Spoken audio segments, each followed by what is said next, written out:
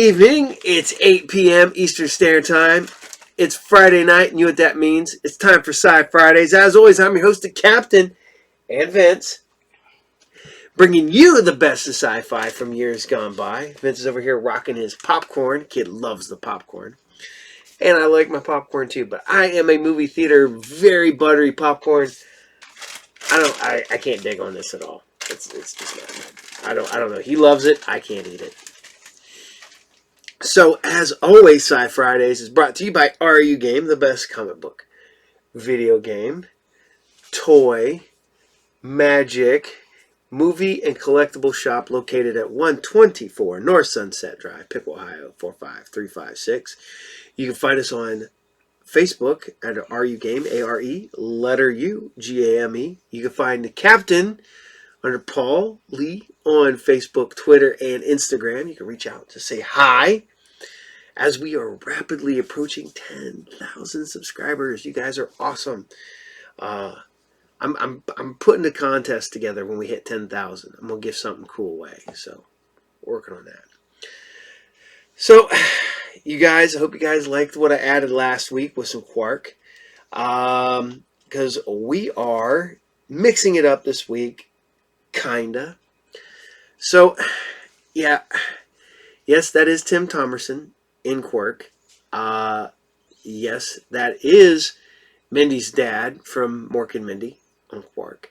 Like I said before, man, I was like, I got them mixed up. Quark and Salvage One. Both space garbage men TV series. Just a weird concept. Isn't that right, bud? No. No, it's not a weird concept. Space garbage man is not a weird concept. No, I think it is. He doesn't think it is. But he's a kid. And Space Garbage Man is the job of the future, correct? Yep. High five. All right. So, we're going to bring you Quark this week. And technically, what you saw last week was the pilot. Technically, this is the first episode. There's only a handful of episodes available. This episode runs long. So where all the other episodes are 20 minutes long, this one is 40-some minutes long. But this tells you what year this came out. Because this is Quark episode 2, and this is May the Source Be With You. You know, because,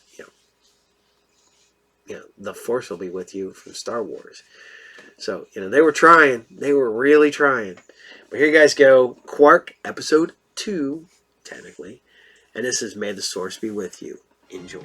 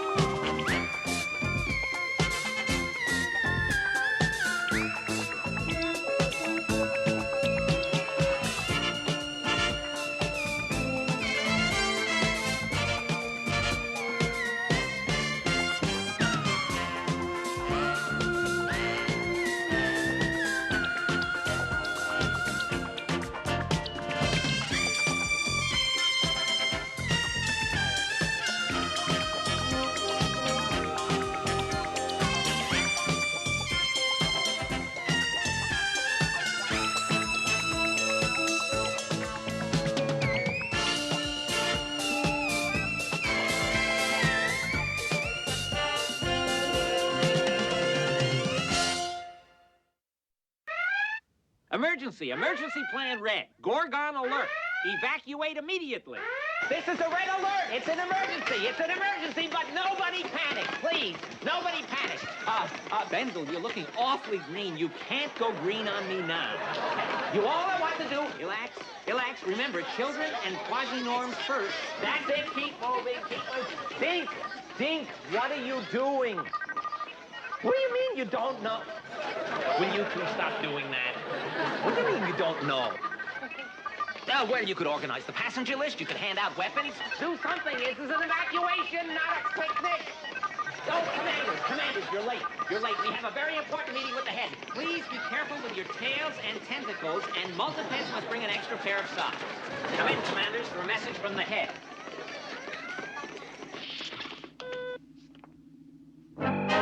Commanders, I appear before you in the midst of the greatest crisis in the 211-year history of the United Galaxy. Our arch-enemies, the dreaded Gorgons, have developed a weapon so powerful, I can't believe it. At this very moment, the High Gorgon himself is speeding towards our beloved Perma-1. Commander Walker, you will evacuate our leading scientists. Commander Estro, you will evacuate our top-secret files. And Quark, you will seek out and destroy the Gorgon Doomsday Ship down to your last breath of life. The galaxy ad infinitum. Palindrome, I've got to talk to you. Oh, sure. There's nothing going on. I've got plenty of time. Should we talk about poetry or philosophy, or how about the history of rust?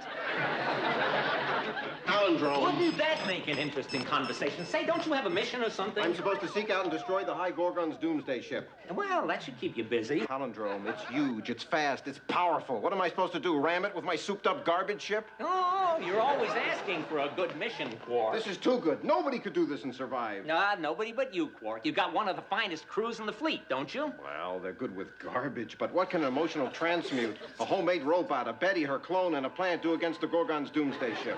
You're not questioning the head, Quark. Of course not. The head did not become the head by luck, you know. I know that. You may not realize it, but the head always has something in mind, no matter what he does. For you to question him... I'm not questioning. I'm not questioning. No, wait, yes, I am questioning. That's exactly what I'm doing. The head is ordering me to my death. Quark, the head has commanders pleading, begging for the chance to go on this mission. Then why doesn't he let them go? Come with me. The head doesn't respect commanders who beg. The head likes commanders who ask questions. But why me? That's why he likes you. You ask those questions. Palindrome, do I have to? You're beautiful, Quark. Keep asking those questions. Palindrome. Quark, the head himself has ordered me to give you the United Galaxy's greatest weapon. He has? Yes. And here it is, Quark. The source.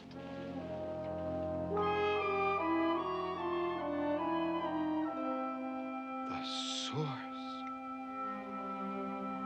So this is the source. Oh, well, we don't want you using it to wash your portholes. We save it for the biggies, for clashes between good and evil. All my life, I've heard tales of its great power. The source can do anything. In fact, the last time the head ordered the source used was during the Quasar Rebellion. That was 200 years ago. You mean, this is the first time That's since... right. You are the first man in 200 years to be given the source. That's quite an honor. I'm going to make a prediction. With the help of the source, you, Adam Quark, are going to defeat the High Gorgon and save the entire galaxy. That would look good on my record. And as an added incentive, if you make it back, next week lunch is on me. If I make it back. All right, dinner. Star note. This is Commander Adam Quark. Up until this moment, the most action I've seen was caused by a tear in a space garbage baggie. Now the head has given me the source and ordered me out to destroy the High Gorgon's Doomsday Ship. The fate of the entire United Galaxy rides with me. From garbage to Gorgons, space is a very unpredictable job. Betty, Yes? take it up 3 points.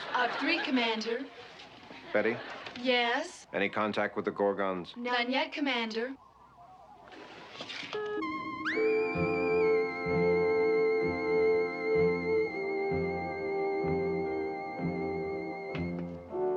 Nervous, Commander? What makes you say that, Ficus? I've noticed that you animals have a tendency under high pressure to activate particular glands, producing a moisture and a very peculiar odor. You speaking of sweat, Ficus? I have heard that terminology used, Commander. And as a plant, you do not sweat, do not feel nervous? Quite the contrary, Commander. We plants never feel pressure. The worst we do is wilt. Ah, but as a plant, you can never love. Yes, but as an animal, you must endure the pain of love. That's true, Ficus. But the pain of love is what makes love so endearing. Following your logic, Commander, the pain of a toothache makes a toothache endearing. The more painful, the more endearing.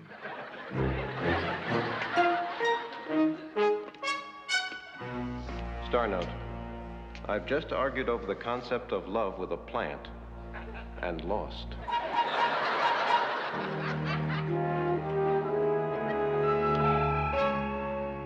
Sir, the dreaded Gorgons are approaching the planet Sparta. The Spartans are the fiercest and most savage warriors in the galaxy. If the Gorgons can be stopped, it will be in this battle.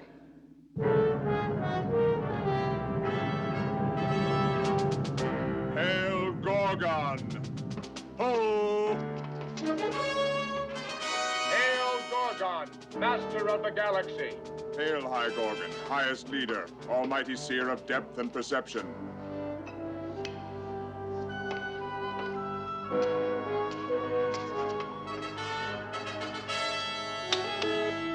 People of Sparta, this is the High Gorgon. I demand your unconditional surrender.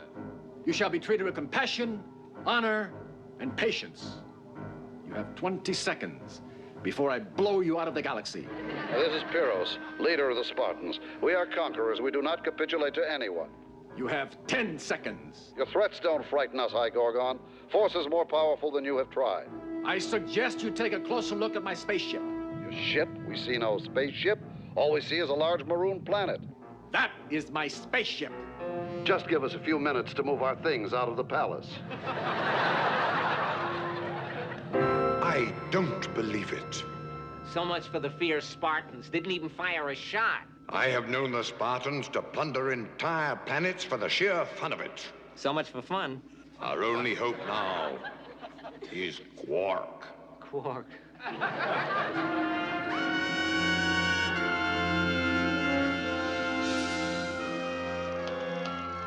Gene, I'd like to hold at this speed. Can the reactor handle this? Sure, Commander. I'll get this thing so hopped up we'll go through time barriers. Good. Commander, this mission is no place for cowards. Please take me home. Will you quit whining? Andy's scared to death. He's driving me space bonkers. Listen, Spacehead, I am a machine. I will live forever unless this crew gets me destroyed. Andy in space, it's all for one and one for all. Catchy phrase, but, We're not gonna get destroyed. We've got the source, and the source is power. I'd rather have a gun. Hey, Commander, do you hate those grungy Gorgons like I do, huh? They aren't the dreaded Gorgons for nothing, Gene. Yeah, me too. Sometimes I dream about them. You ever dream about them, Commander? Those grungy, cruddy, lousy Gorgons, huh? I gotta go, Gene. Hey, listen, Commander, after we crush the Gorgons with the source, we crush all the little Gorgon friends, huh? Yeah, we get the Blotons, the Pod people, then we're gonna get the Durhams. Maybe we'll get the Wood people, too. Boy, I want to get the Slime people next, yeah.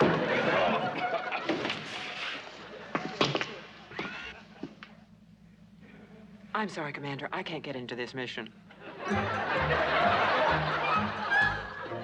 Star note.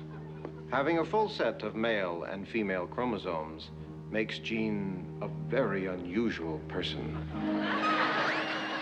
Gene, this is the best mission we've ever had. Honest.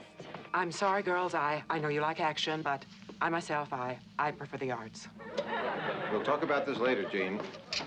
Right now, we're ready to release the source.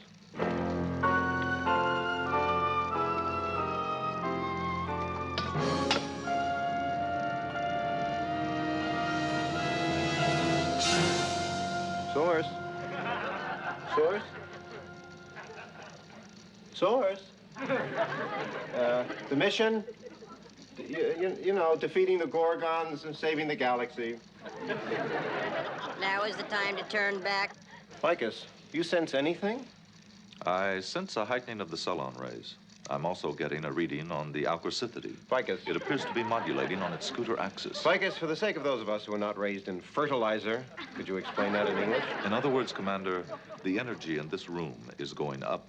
I am the source. Source? Where are you? I am everywhere and everything. And as everything, how do we use you to defeat the dreaded Gorgons? You must learn to believe in me. Your belief must be complete and genuine. Do you believe, Adam Quark? Yes. Yes, I believe. Remove the gyro bearing from the robot's autolibrum system. I am filled with anger. Your hands are cold. The rest of you set your gamma guns on the equivalent of a pinprick. When I give the word, I want you to fire at the commander until I give you the signal to stop. Let me just get this straight. You want them to fire their guns at me? Yes. What am I supposed to be doing? You will block the shots with the ball bearing. This I've got to see. If you believe in me, if you really believe, not a single laser will reach your body. Not one? Not a nick. You may fire at will. Nay.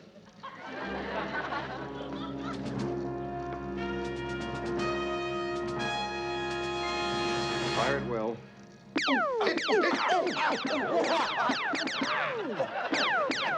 That's enough. Ficus, you enjoyed that.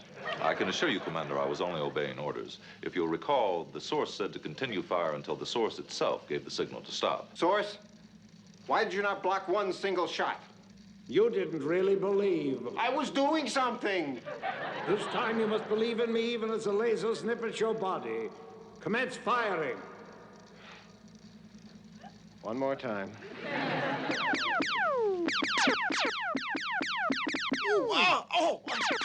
Believe in me. Release yourself into my power. Trust in me. That's enough. You actually blocked our shots. You believed. You will learn quickly about me now. And we can conquer the Gorgon's doomsday ship? If you believe in me, you can do anything. Commander, I'm picking up the Gorgon ship.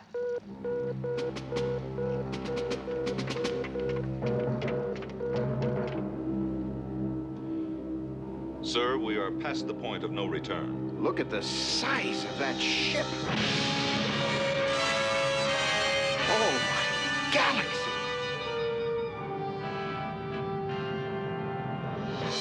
Star note. Be calm, Quark. Be calm.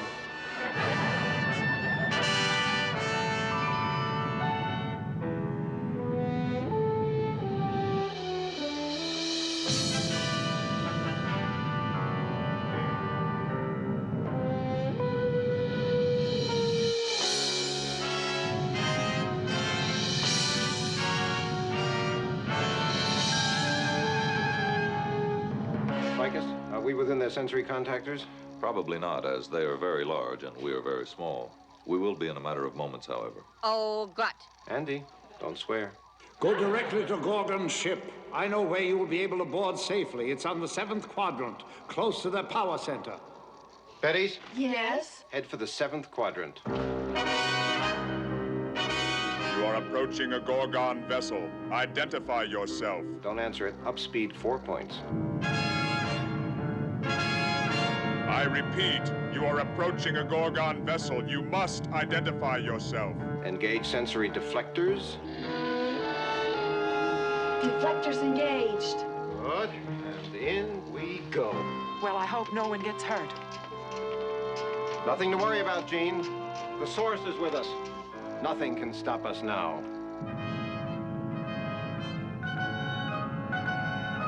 That's a very big ship. Fast, too. What are you saying? I have no idea. The High Gorgon's awfully tough. I'm not sure now. What do you mean you're not sure now? I believed in you completely. Well, it's been 200 years since I was last out. You get rusty. Things change. Maybe it was the 4th quadrant. Oh, rot. Don't swear, Commander. I am the source. I am the source. Trust me. Trust me.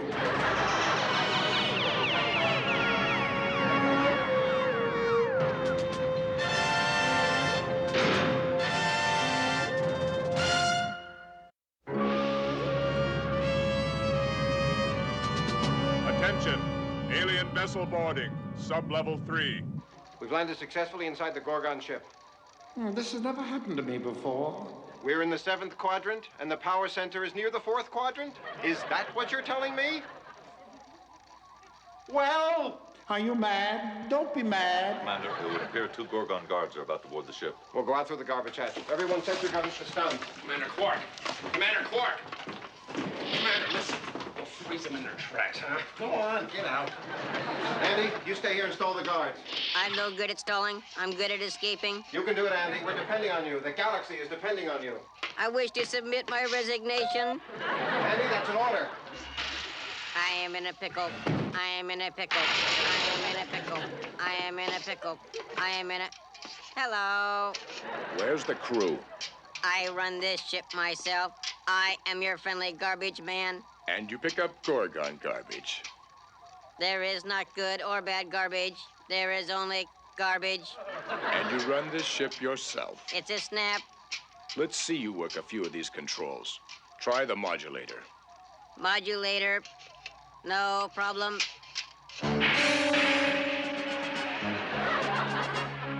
We'll take him to the High Gorgon. I have a better idea. Let's let me go. Ask me if I'm happy.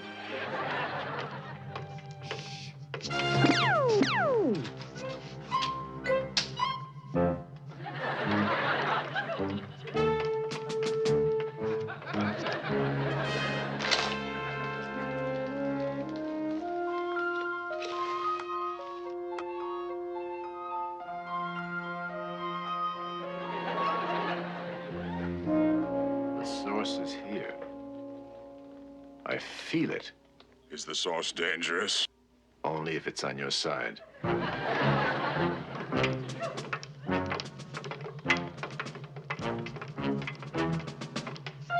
my life, I've dreamt about fighting the Gorgons. What about you? Are you talking to me? No, I'm talking to the wall. Oh. Of course I'm talking to you. Oh, I see the problem. This is very interesting. You did not use my given name, Ficus, thereby causing me to wonder if you were, in fact, addressing me. Ficus, I'm trying to ask you a question. What is your question? The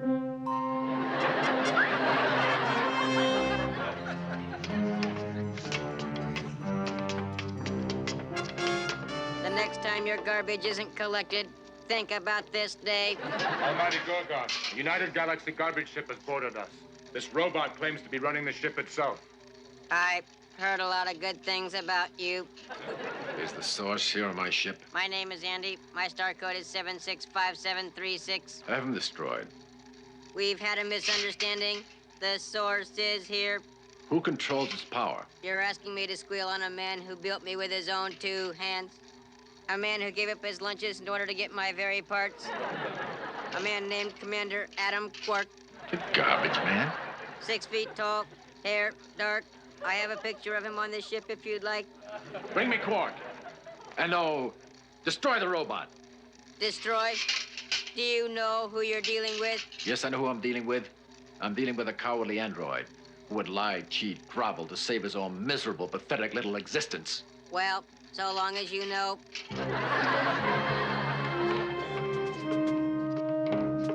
Adam, in case we don't get out of this alive, I just want you to know that she's the clone. That's not true. She's been the clone all along. Not now, Betty. Ficus, left or right? I know. Ficus? I know, Quark. Trust me. Will you be quiet? Don't you use that tone with me. I am the source. I cannot be certain, Commander. I will go to the left. How does that sound? You don't need my help, Commander Know-It-All. Come on.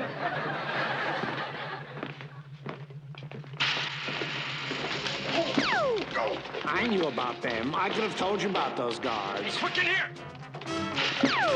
What about Gene? We'll have to get him later.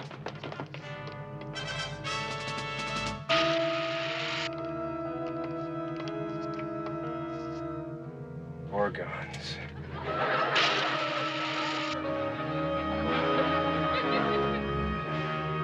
I let down Commander Quark. I am nothing but a worthless coward, the scum of the universe, the lowest form of life. I deserve to be destroyed. Feel free to jump in and disagree anytime.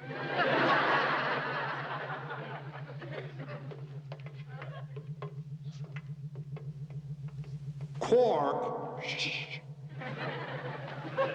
Quark, give me another chance. I've been in the orb for 200 years. Nobody's perfect. You don't expect me to sleep for 200 years and then get up and dance, do you? Shh. Ficus, how much further? Commander, like yourself, I've never been on this ship. I can only assume. I know. Oh, I know this ship like the back of my hand. These corridors are like a maze. A man could be lost in here for years. Trust me. Trust me. You will regret this, Quark. We'll see. Betty's. Listen carefully. When we go to the power center, use this telecommunicator to contact Perma 1. Tell Palindrome not to surrender. Then try and find Jean, go back to the ship. If I'm not back in 2 hours, take off. But what about you? Forget about me. You were the strongest man I ever knew. And brave. He was not like a man. He was like a god. He was Betty? better than a god. I'm going to miss him so much. Betty, will you stop talking about me in the past tense? I'm not dead yet. You never will be in my heart. Or mine. Enough already. This way. Right. What do you mean, this way? Which way? What way? You're everywhere. Oh, sorry. Straight ahead. Sorry. Halt! Go on to the power center. I'll cover you. You think you can handle both of them yourself? Certainly. As a human, you become nervous. As a plant, I remain calm and cool, even in battle. Yes, but as a plant, you can never understand the human element so crucial in battle. True, Commander, but as... I just forget it! I'll go to the power center. You cover me. Exactly my original thesis, Commander.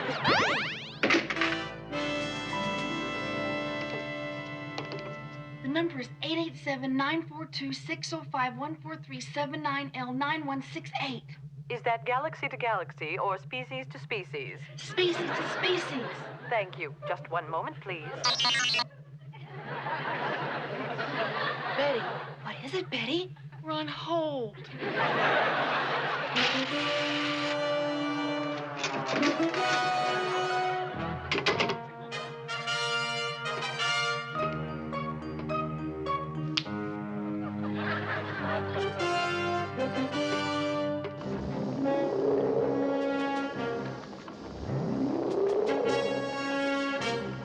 I told you I could get you to the power center. Aren't I something else? I'm just wild about me. To think that you almost doubted me. What was that? Whatever you do, Quark, don't look down. Oh, my galaxy. I told you not to look down. Now what do I do? Blow it up. Blow it up with what? Didn't you bring the UTE bomb? What UTE bomb? I told you about the UTE bomb. You never mentioned a UTE bomb. I specifically told you. You did not. Did so. You did not. Did so. When? When? Well, I don't have any UTE bombs, so what am I supposed to do? Look out for that guard.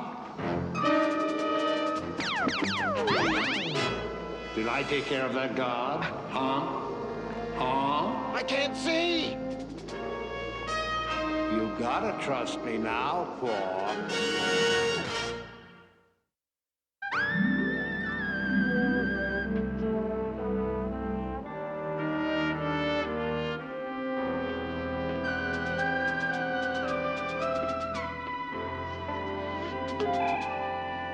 Sir, Perma 1 is evacuated. We've lost all telemetry with Quark, and the Gorgon Doomsday ship is closing in on us. I'm afraid we might as well give up. Not so fast, Palindrome. We still have Quark. That's what I mean, sir. We might as well give up.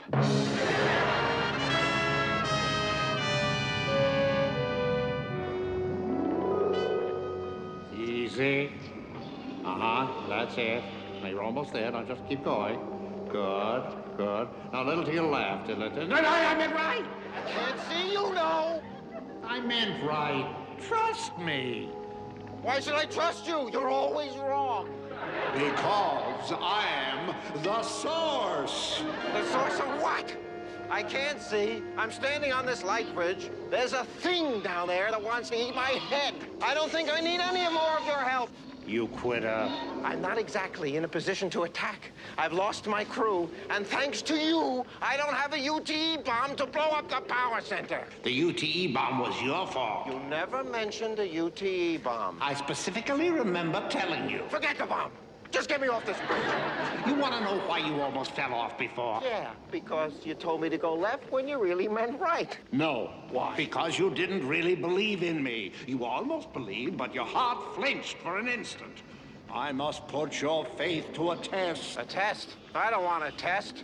If you really believe, your feet will move along one after another until they reach safety. If you do not believe, that thing will eat your head. Source! I will not say another word. Source! Source?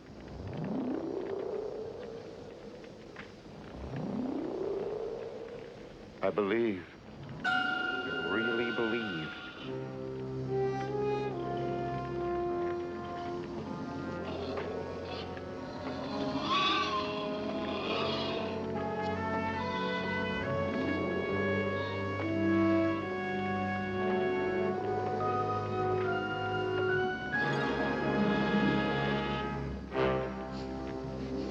Really believe.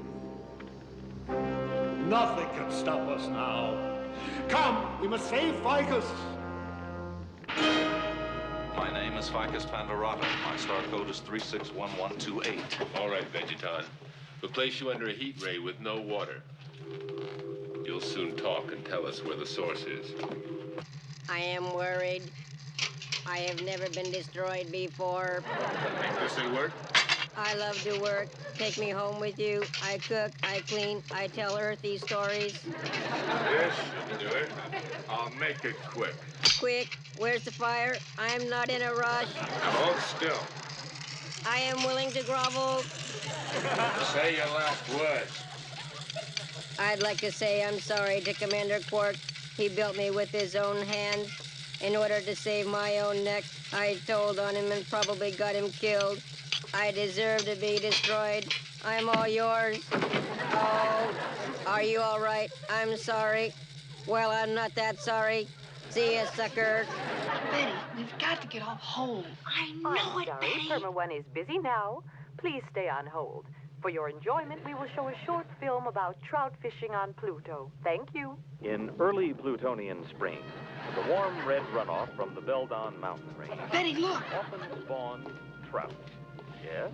In case there's any trouble, pretend like we don't know each other. Betty, I'm your clone. We're identical in every way. Talking four language. This is Ariel, Trabajar mucho para ganar mucho dinero. Are you two together? No! Okay, Vegeton. We want to know where the source is. Talk. You don't have much time. Time, of course, is relative. I don't believe him. What's true? What is time? Do we exist? Are there good times? Are there bad times? This, I would say, is a bad time. What is death? Do we die? Will you shut up? Quark, draw your gamma gun. I know I shouldn't ask this, but why? We've got to save Ficus. He's being held inside this room. Where? Over there.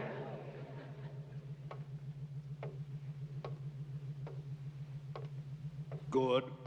That's it. That a boy. Quickly. Go on. You want me to barge into this room, gamma gun blasting, even though I can't see? I'm hot. I can feel it. Trust me. It's impossible.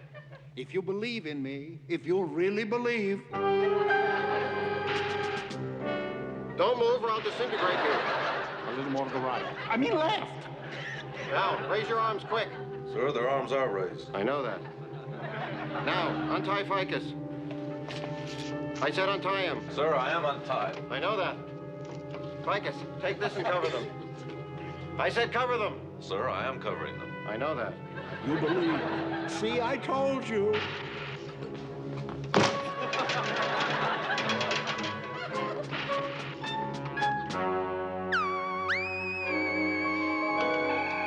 Sir, Perma 1 is completely evacuated. The High Gorgon ship will be in range of us within an hour. Sir, I love Perma 1. I was born here.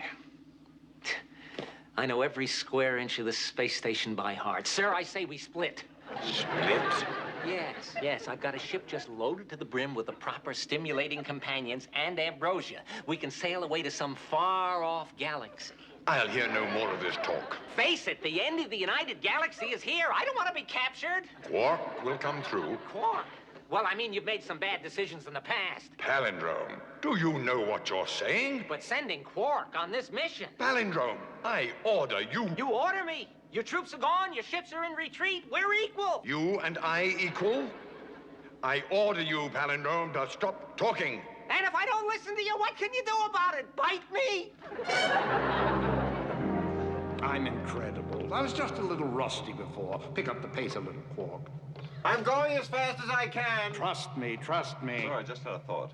What if we converted some crystalline Lathusium gristatones by elongating an automatic mimic? I have two questions. First of all, why do you think about things like that? And secondly, what does that mean? Because normally the crystalline Lathusium gristatones are activated by a positive arc. But if the arc were negated, it's only logical that a vast combustion would be the result. Star note. It is only 20 minutes since my rescue of Ficus. A feeling of regret is beginning to set in.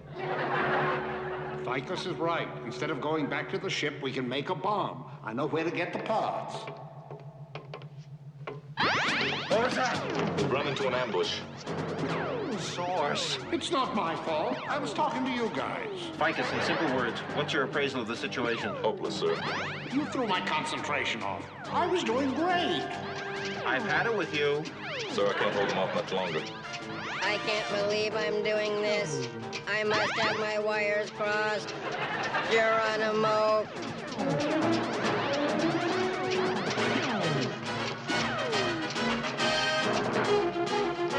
What's happening? Andy charged into the Gorgons and drove them back.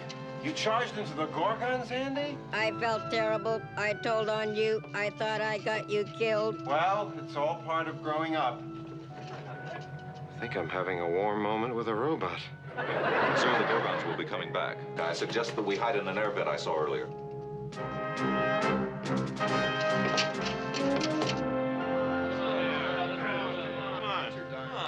You mean you don't know each other? No, we just met when I got in line. See, a slobber dog. Come on, I'm in a hurry. I was getting hot. If Ficus hadn't made me think about making the bomb. I don't want to hear it. I don't believe in you. Did I ever tell you about the time I charged into 10 Gorgons? Andy, you were great. I'm a hero. I'm also a fool. Sir, look. Ficus, I can't see. The source appears to be fading, sir. He's our only means of getting the parts to make the bomb and locate the power center. You can't let him die. He doesn't believe in me. Source, I'm sorry. I got angry, but I believe in you. No, you don't. He's fading fast, sir. Source, you got me into this. You can't die. I've no reason to live. You don't really believe in me. I believe in you. No, you don't. And neither does Ficus, and neither does Andy. Did I ever tell you about the time I charged into 20 Gorgons? He's almost gone, sir. Source, what can we do to help you regain your will to live? Maybe, or just maybe, if everyone really believed in me, I could live. Try cheering for me. You want us to cheer for you? Nothing fancy, just a simple cheer, like we want the source. Ficus, Andy, we're going to cheer. We want the source. We want the source. We want the source. You don't really mean it. More feeling. We want the source. We want the source. We want the source. We want the source.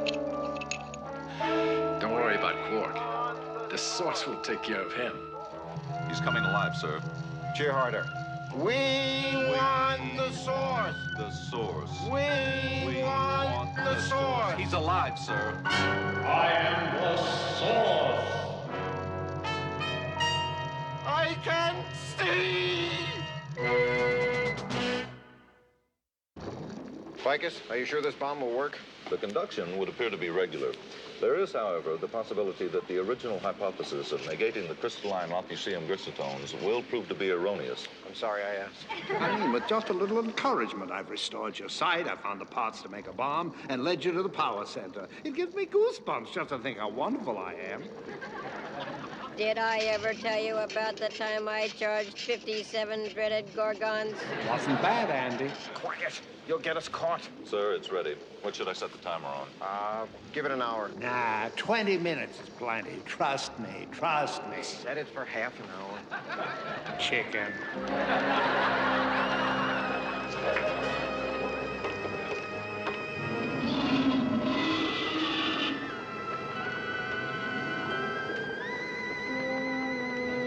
Let's get back to the ship. I'm really something, aren't I? I don't mean to put down everything. You've done some good things. Palindrome, you're giving me such a headache. Who is it? Who do you think it is? Gorgon. So, I finally meet the incredible head. Gorgon, I'm warning you. Oh, now he's warning him. Gorgon the head is not himself. On behalf of the entire staff, we'd like to welcome you to Perma 1. Silence! Anything you say. Surrender or die, head. I would rather die than live under your rule. Speak for yourself. As you wish, head. As you wish. The Source will take care of you, Gorgon. The Source? Oh, you were beautiful. The man's scared to death. He's shivering in his boots. I would rather die than live under your rule. Let's see what some of your loving citizens think about that. Betty, we've gotten through. Betty? Quark no escaparado. No entregar. What? Speak English. The Gorgons will hear us. Keep them busy. The heel on my boot is loose.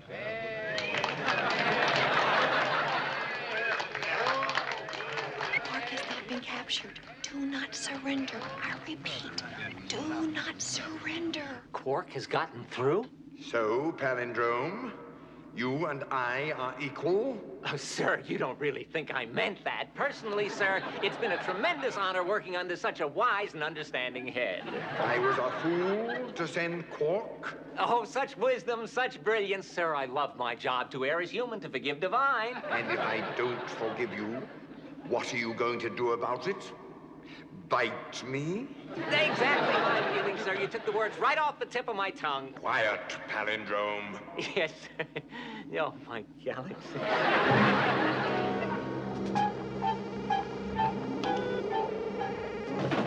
Adam, we'd almost given up hope. Come on, we have to hurry. The ship is going to explode in 17 minutes. Where's Jean? We thought he was with you. We checked everywhere. Logically, Gene would probably go back to the ship. On the other hand, Gene is very thick. He could be anywhere. Back to the ship. Those sissies from the United Galaxy sure folded up quick. Just ignore them. Yeah, I thought they'd fight. Keep going. Nah, they don't have the stomach for fighting. Don't do it. Think they'll let us board Perma 1? They'd better. I want to get a souvenir. Maybe one of those ugly heads. Do it! Perma 1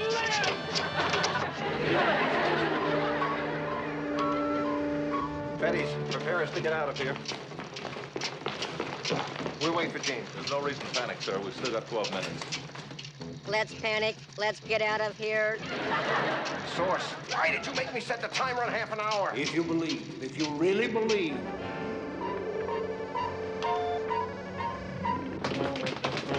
Come on, come and get me, you are! Come on, you are!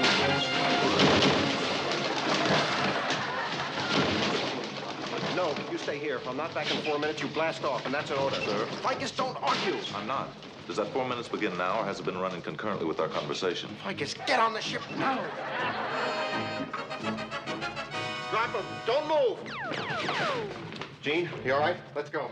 The garbage man. That's right, Gorgon.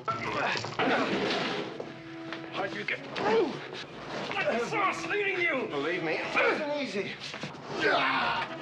Gorgon, 200 years ago, your great-great-great-grandfather didn't want me. He said a lot of cruel things. Now I'll have my revenge. No! Because of me, your doomsday ship will blow up in 8 minutes. No! Quark, this is your moment of truth. If you believe in me, really believe, you will win this fight. I'd rather have a weapon. You don't need a weapon. Believe with all your heart, and you will defeat Gorgon. The only thing I believe in is ducking.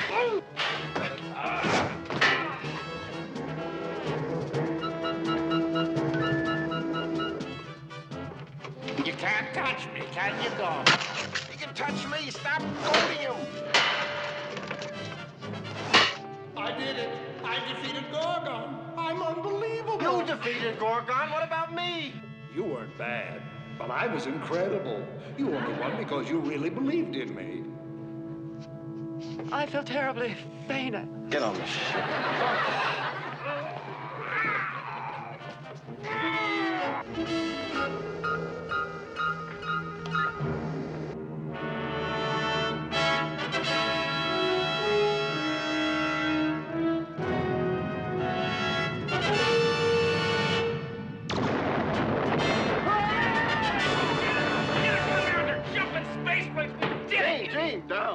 It's an exciting moment, isn't it, Commander? Yes, Ficus. I thought so. You're fabulous, Adam. You're the biggest hero in the history of the United Galaxy. I do my job. In my humble opinion, we owe a great deal of thanks to me. Let's hear it for me. Thank you very much. Quark, this is Gorgon. Gorgon? That's impossible.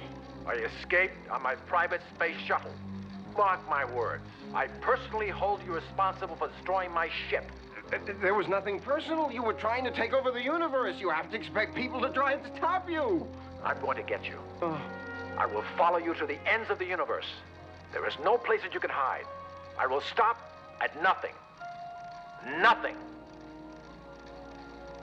Excuse me. Star Note. Oh,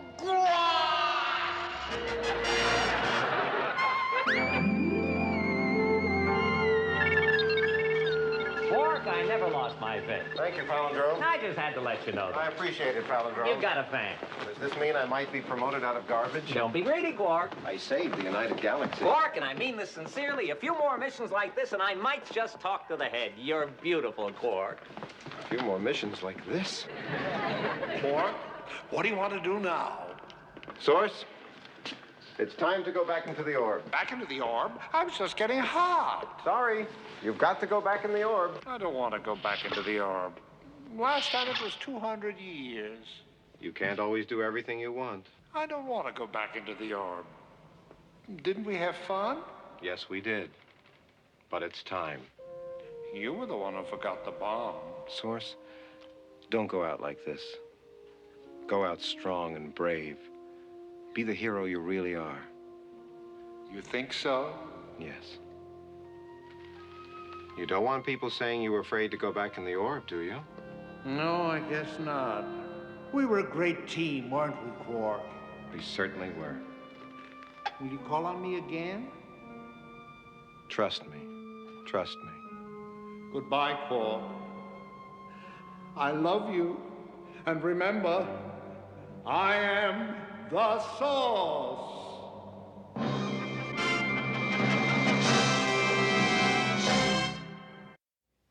Quark, in recognition of your good work, loyalty, and perseverance, I hereby promote you to commander of your own starship. My own starship. What I've always dreamed of. Sir, much of the credit for my good work really belongs to my crew. I assume my crew is promoted with me. Quark, your crew will remain aboard the garbage ship. Sir, if my crew doesn't come with me, I'd rather not be promoted. Very well. The galaxy ad infinitum. Quark, that was the noblest thing I've ever heard. Also the dumbest. I didn't think you'd say very well. You don't say very well. You say sure. Take your crew with you. No. You'd say that. The head would say very well. That'll be all, Quark. Thank you.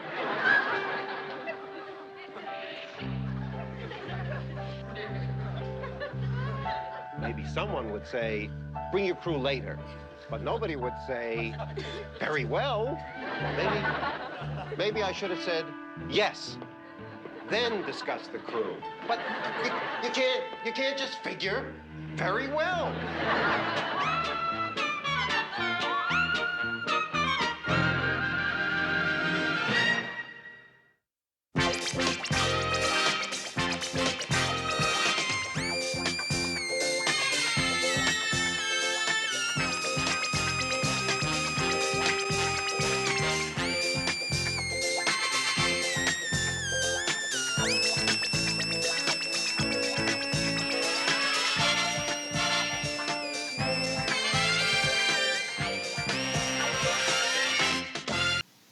Step into spring with the J.C. Penney white shoe sale. Get out of the winter blues and into sleek white shoes from Sutton Plaza, Shebob's, and Ipanema. There are East Fifth dress sandals and slingbacks that will put you on the right track. The J.C. Penney white shoe sale. It'll put a little spring in your step. Smarter than ever, J.C. Penney. Listen, Nick, we may be brothers, but Kelly's better off with me. Kelly stays with me, Dylan. Nick, I slept with her. Liar!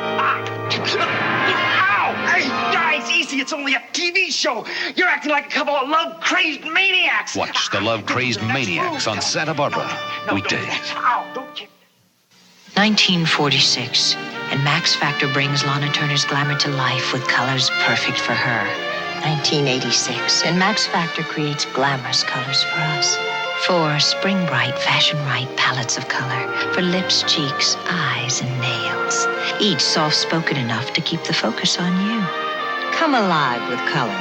With Max Factor, the glamour goes on. Thanks, Max. Look for this bright and soft focus display. Hey, I hope you guys are digging Quark, and I hope you guys are liking it. I do. It's a fun little show, man. I just talked to a couple other people that dig it too, and very, very underrated, very short. I think this show would have been. I want to say if the Sci-Fi Network had been around. This definitely would have lasted more than a handful of episodes. This probably would have got like 4 seasons, because it was sci-fi. Either that or they would have got one huge season and then dropped the ball on it in the second season. Because that's what Sci-Fi Channel did too. So, we're going to keep it going. And we are going back to Jason of Star Command. And we're going over here and, yet again, love me some Jason of Star Command. Goofy. You got Grand Admiral Thrawn if you'd ordered him from Wish as the commander. So this is Jason of Star Command. This is season 2, episode 10, and this is Little Girl Lost. Enjoy. Jason of Star Command.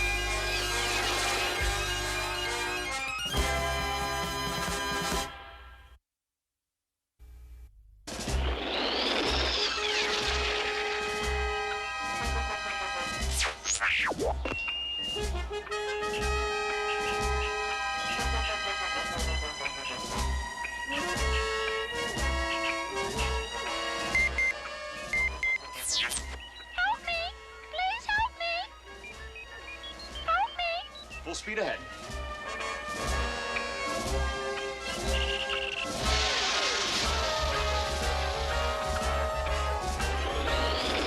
Jason's ship heading for that asteroid.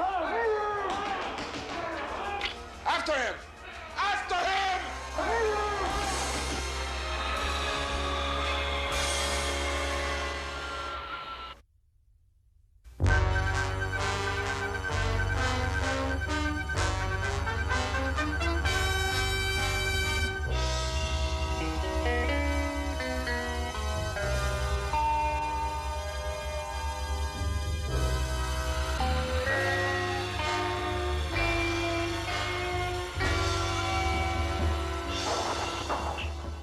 Just rocks and sand.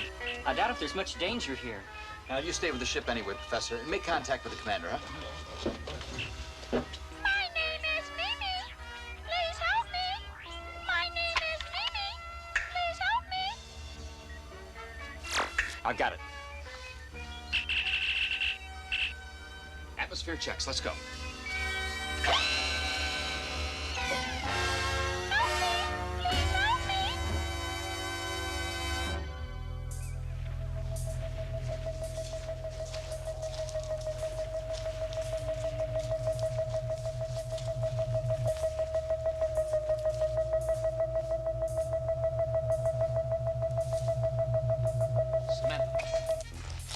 What is it?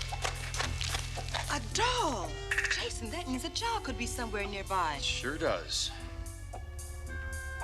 Jason, there's some wreckage there. Let's go.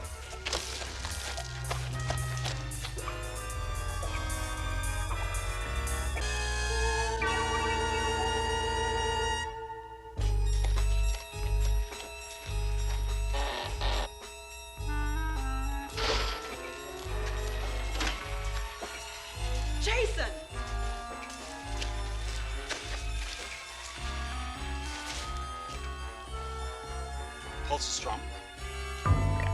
Can you hear us? Wake up. Daddy. I'm afraid not, honey. My name is Jason. I'm Samantha. Don't be frightened. We're friends. But what happened? Where's my daddy? I wish I knew, honey. He put me to bed before we crashed. That's the last thing I remember. We'll find him for you. All right? Right now, I've got to take you to a place where you'll be real safe. Here we go.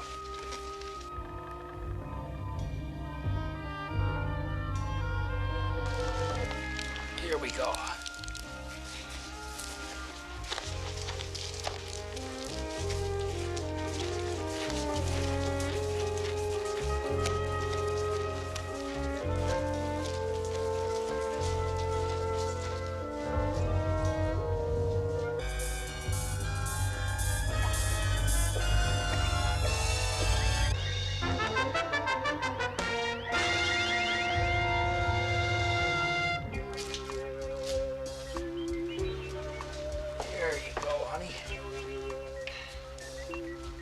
You know, we don't even know your name. I'm Heidi. Heidi Van Diemen. I feel kind of dizzy. You're all right. You try and rest for a few minutes. Jason. Excuse me. Van Diemen. Eric Van Diemen. The brilliant scientist inventor. Oh, yes, of course. Mimi. Where's Mimi? She's my doll. She's about this big. I was holding her when I went to sleep. Oh, yes, we saw her, Heidi. I know where she is. I'm gonna go get her for you. In the meantime, you try and get some rest, huh? But Jason, you can't go back there, not for just a doll. I can, Professor. But more importantly, I want to try and find Heidi's father. But that child may need a doctor. We should take her back to Star Command immediately. Not we, Professor. Sam can take Heidi back in the pod. You help them get launched. I'm going to take another look around out there.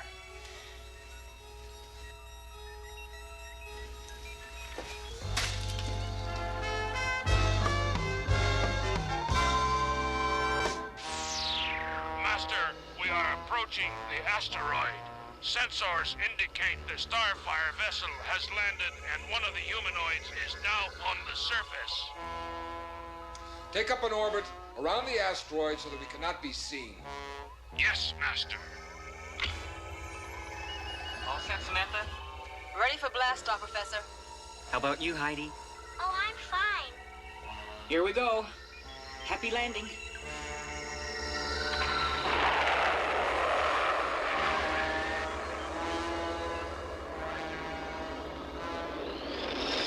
Starfire pod taking off from asteroid, Master. Prepare Medusa's ship for immediate launch. Get to that asteroid immediately. Take 2 of my slaves with you. Capture Jason and anyone else who is with him. I'll make sure the pod does not escape. I don't need your slaves, Dragos. I have my own.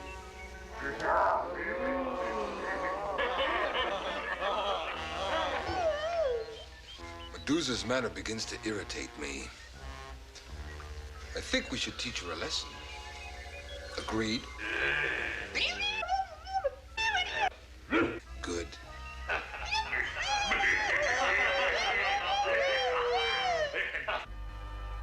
Starfire 1 to Star Command. Starfire 1 to Star Command. Starfire 1 to Star Command. Commander, Professor Parsafoot is calling in. Star Command, come in, Professor. We've located some wreckage, sir. It belonged to Eric Van Diemen, the scientist. Van Diemen? He was on his way to Fleet Command with a top-secret report. Is he injured? We don't know, Commander. There's no sign of him. But we have his daughter. Well, is she all right? Yes, but she is shaken up. Well, she'll need care. Bring her in at once. She's on her way, sir. Sam's bringing her in the pod. Good. I'll send a Starfire to escort them in. Now, you and Jason must make a thorough search for Van Diemen. We've got to know where he is. I understand his report is crucial. Yes, sir.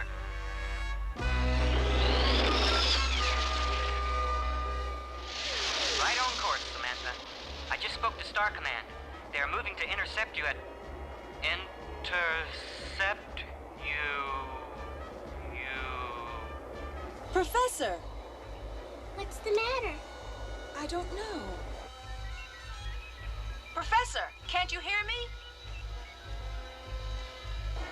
Professor, please answer us. What's wrong?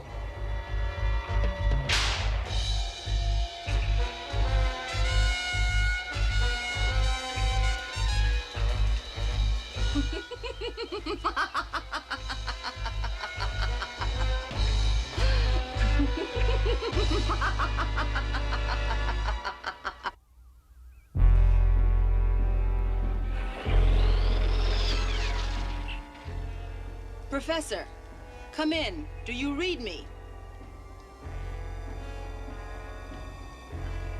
Professor Parsafoot, come in.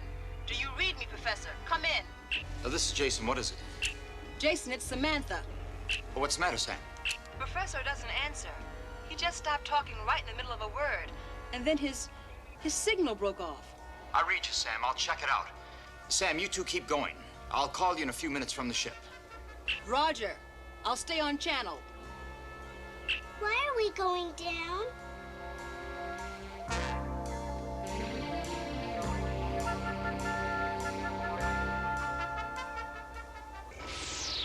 It's Dragos.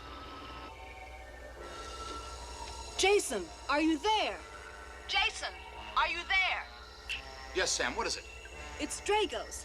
He's got us in some kind of force field and we're going down. Dragos. No wonder. All right, Sam. I see you coming in. Get set for a rough landing. I'll be there when you land. Are we gonna crash? With me as a pilot, no chance. You go see what's wrong with the professor, little buddy. I'll be over that way. Roger, Jason.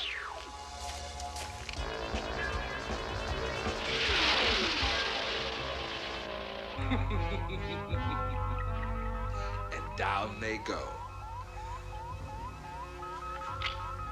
This is Dragos. Come in, Medusa. Come in, Dragos. The Starfire pod will be landing a short distance to the south of your location. Get there immediately. Guard him.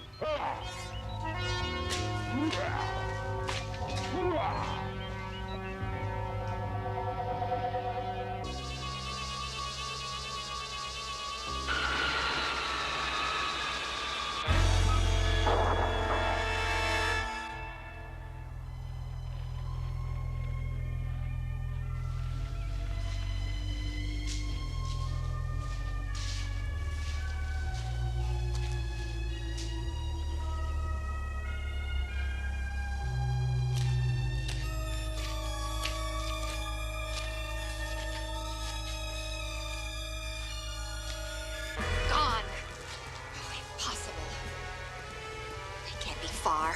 Find them now!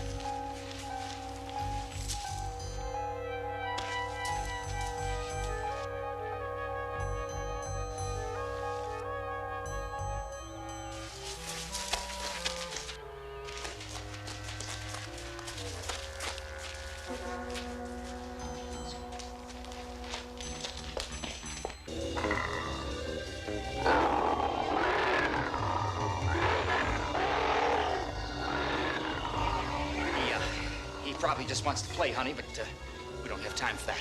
Quick, in there.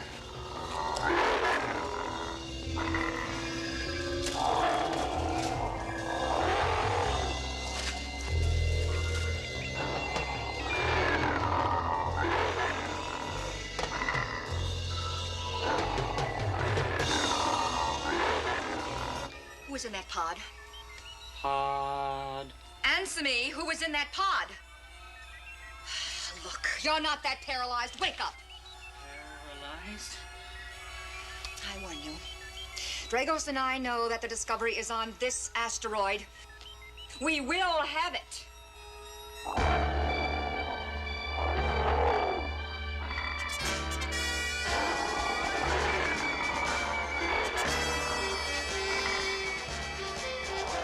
You'll be safe here until I get back. Where are you going?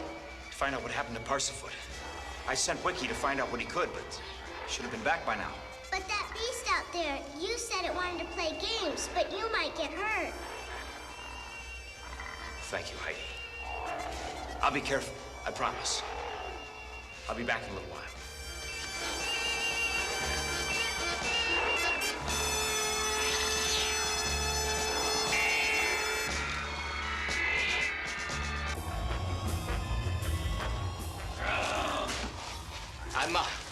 I'm just leaving for a few minutes.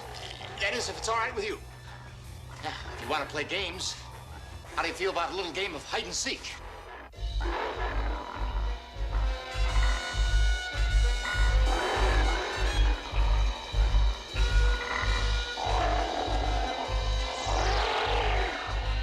Hello, Jason.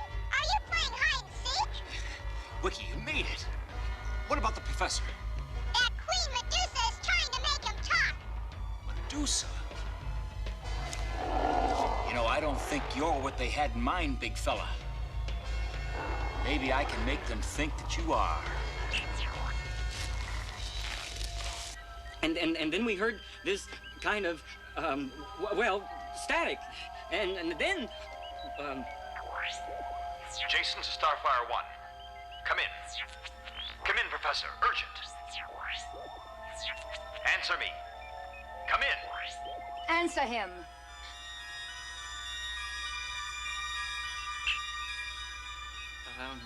Hello, Jason? Professor, I found something in a cave that looks important. Come as fast as you can.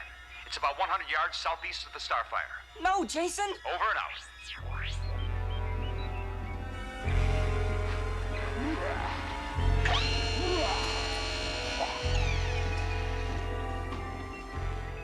Oh, no!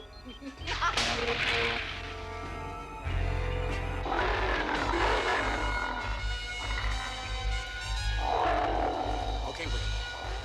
You know what to do. Now, just pretend you're a hornet or a bumblebee. A bumblebee? Why me? Wiki. Jason, the things I do for you. Watch out! Here I come!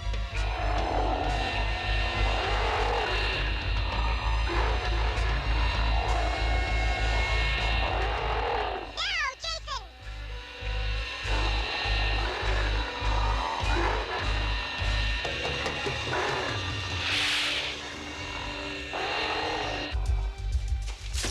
Let's go. What's that beast out there?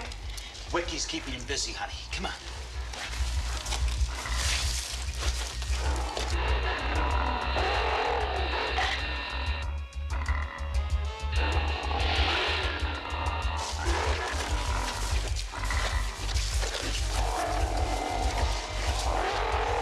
Sam, Starfire's just a short distance down there. You take Heidi, I'll be there in a few minutes. Go on.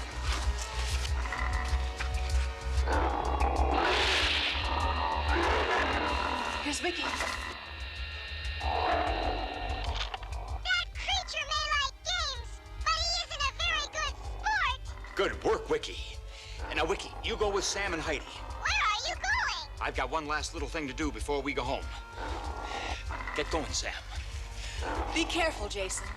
Very careful. Well, it's nice to have two women worrying about me. Come on, Heidi.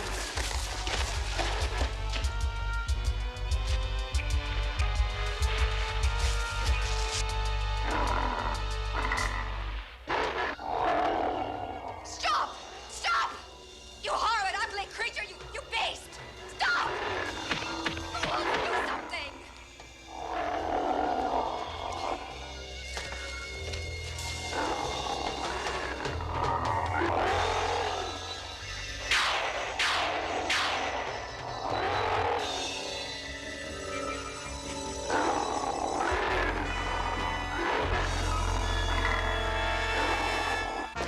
to take off. Jason. Right, Jason. Here we go, little buddy.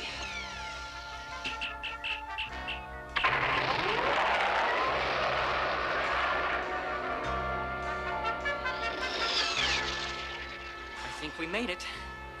It looks that way. But I want to keep it at full speed until we get close enough to Star Command to get on a homing channel. In the meantime, I've got a little surprise for our passenger.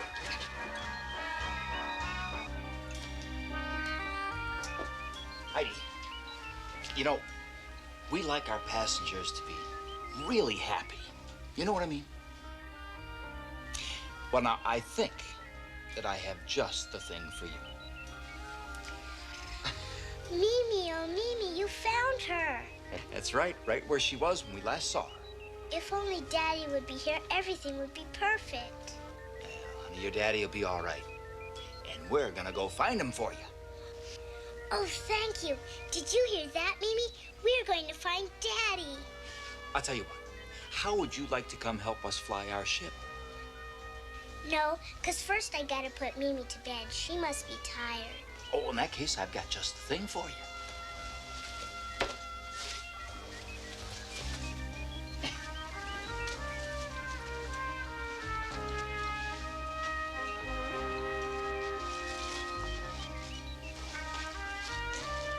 Now you be sure to sleep. Atta girl. Come on.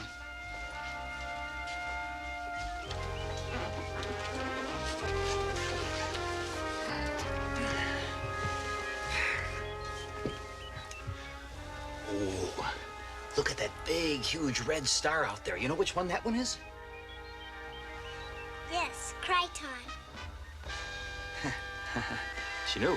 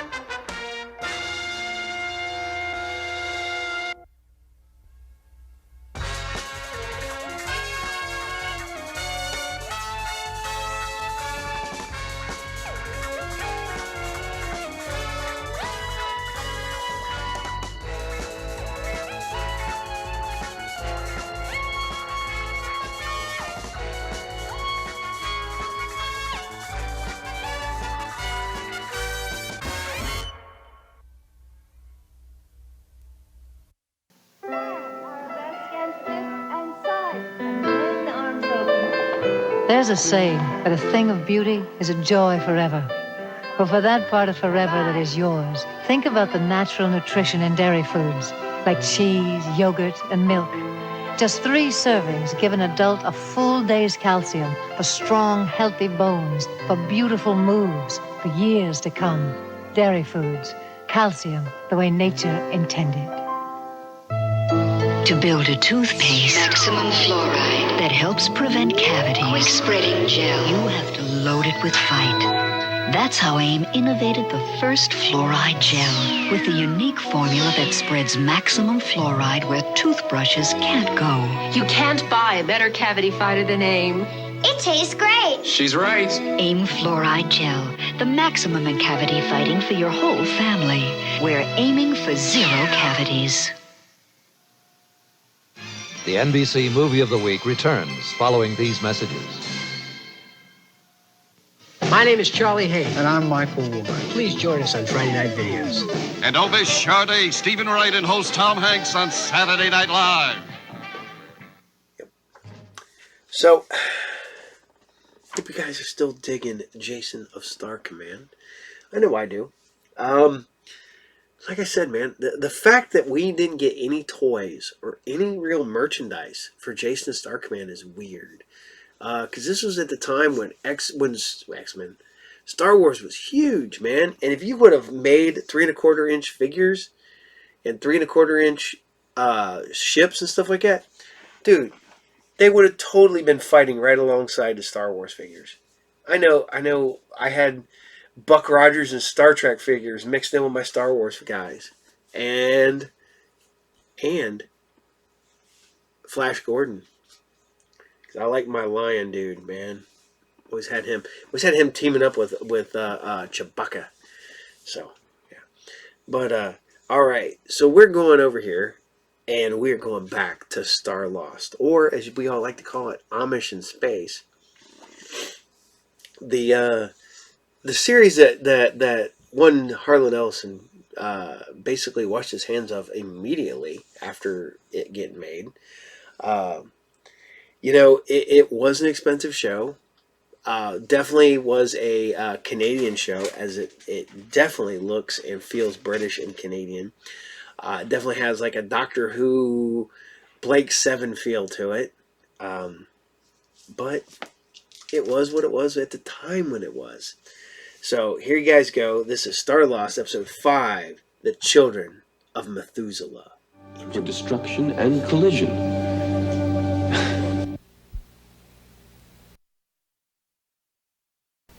The seal is closed now, and it will never be opened again. Oh, yes, it will, because we're getting out of here right now. Enough! Stop it! What are you afraid of, Captain?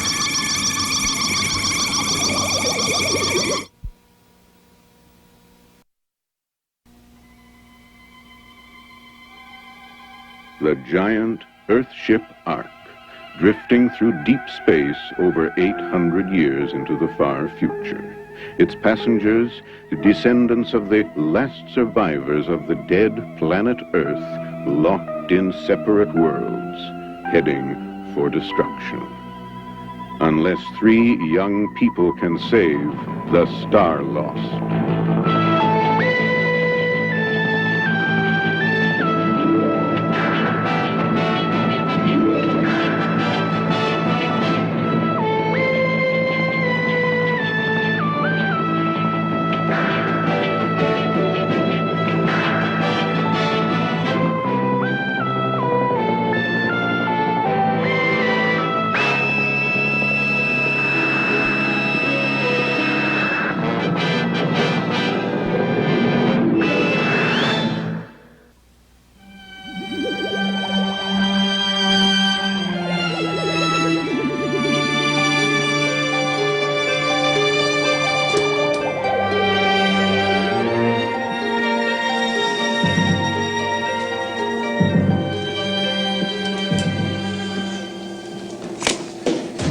Rachel, Garth, I found it. Found what? The backup bridge. Are you sure? Yeah, it's about a mile from here. Come on, let's go.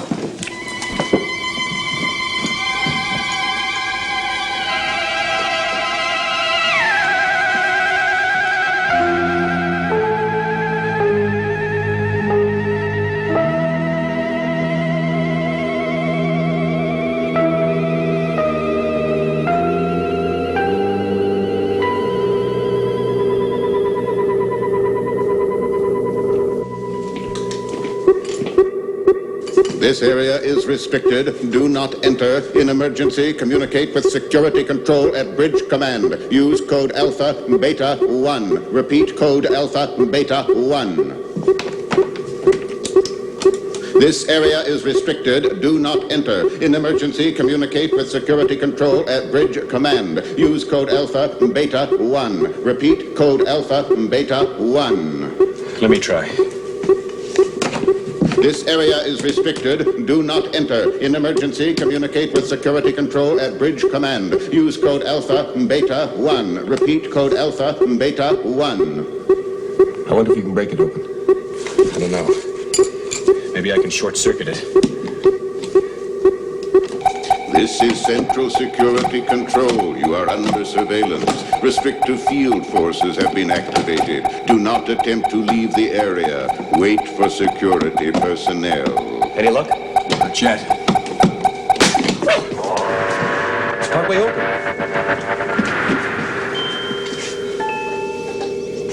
There's a child in there.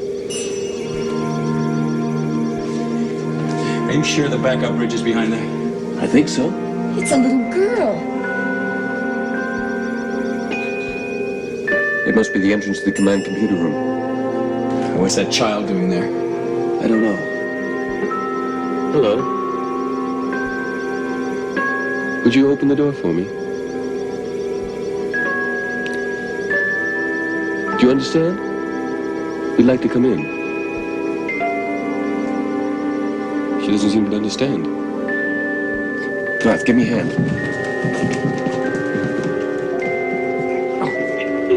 It's jammed. All right, harder. Maybe I can get through now. All right, go ahead.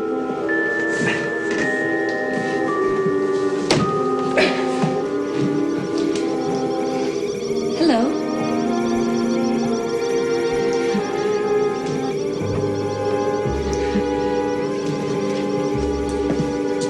My name is Rachel. What's yours? Rachel!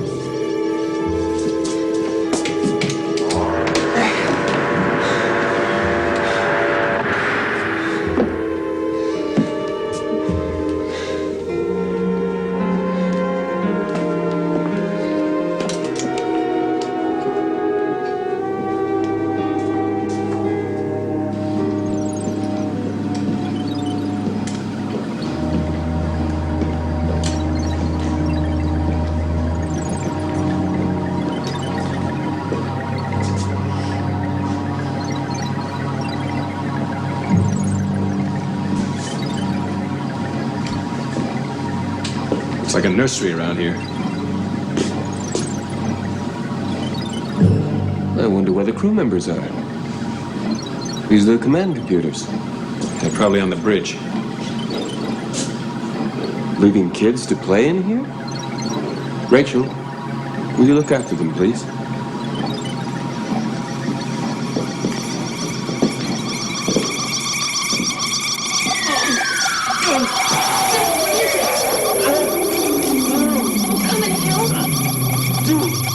Devin, are you all right? Guard! I don't know. What was it?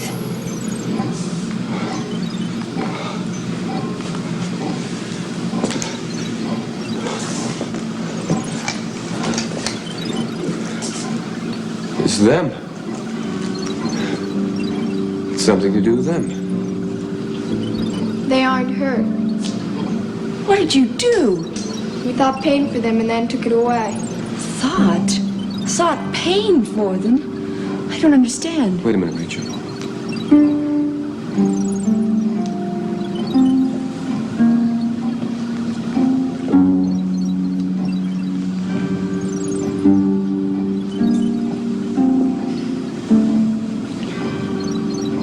We'd like to see the bridge.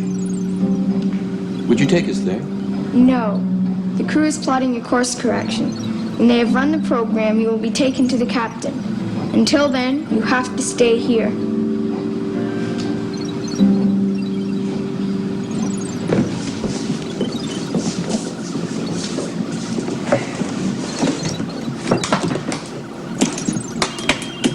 Navigation command computer closed up and clear. Galactic and astro readers extended and now interlocking. Efficiency reads 000, no error. Bridge navigation command receptive. Locked in. We are now on course and monitoring. Cryogenic shield on CTR plasma, pulsing optimum 100 million degrees. Field force feeders functional and standing by. Drive control receptive. Locked in. Field force locking in. I count 5, 4, 3, 2, 1. We are now on course and monitoring. Resume routine running. Red and blue watches are relieved. White watch to monitoring and routine maintenance. Come on. Wait. Routine running is still being programmed. They'll have to wait here.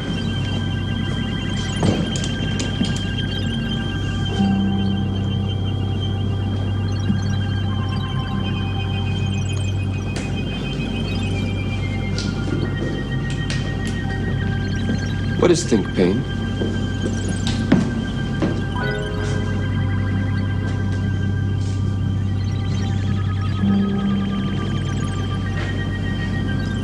What is your name?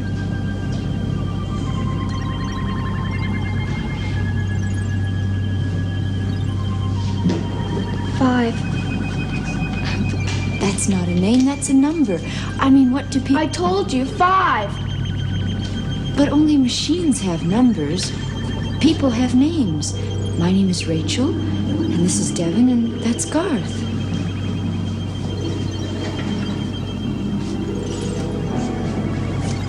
Please tell us, what is think pain?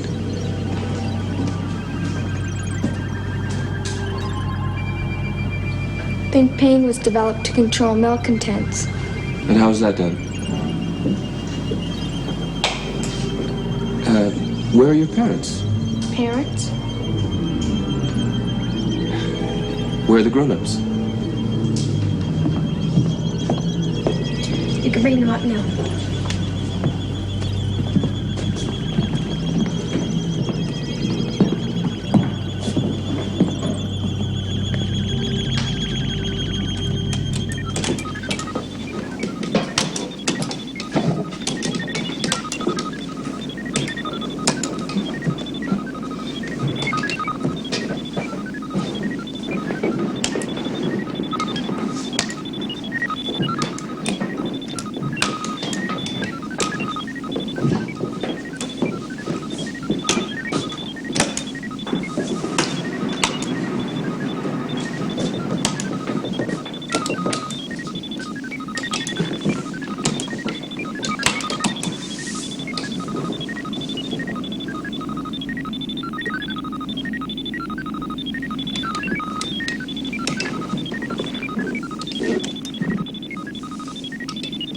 I can only assume that you people are deaf as well as being unable to read. Consider yourselves under arrest. You will be held for trial by the tribunal. Take them to the holding area.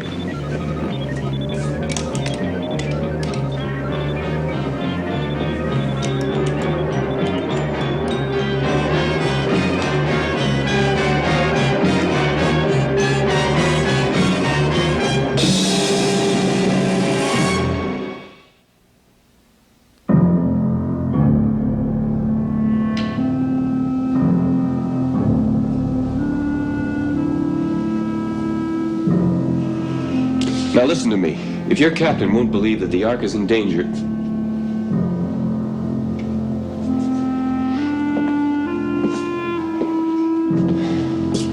Why can't you understand that if we don't get the reactors started and the Ark back on course... Your story's been checked through the sphere projector and Central Information Computer. It wasn't confirmed.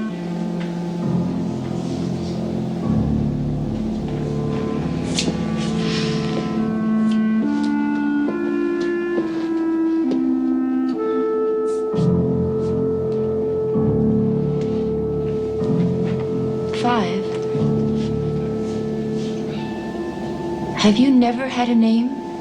Names are frivolous and do not enhance computer readout. What did your mother call you? I can't remember. She stayed on Earth when the Ark left. She stayed on Earth when? 5. Do you know when the Ark left Earth? About 500 Earth years ago. Then how old are you? 12. 12? If the Ark left Earth 500 years ago, wouldn't you be about 500 years old? The tutors injected us with a serum, which keeps our cellular regeneration constant. Age is a breakdown in cell regeneration. That's all. Then you will never grow old or even die? When we have brought the Ark to a safe landfall, we have a serum we will take to restore natural aging. Doesn't that frighten you? Oh no, I want to be a woman like you. Marry 7 and have babies to populate the new Earth.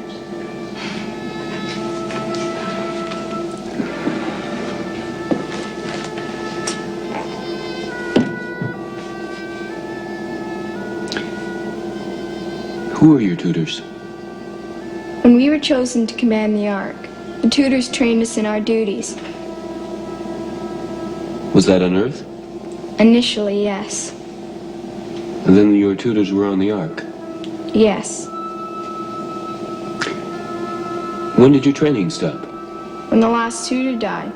But when we sleep, we have subconscious implant of central information computer data.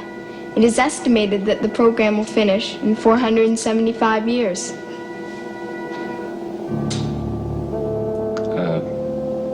Are you given any special duties? Each crew member can function in all duties.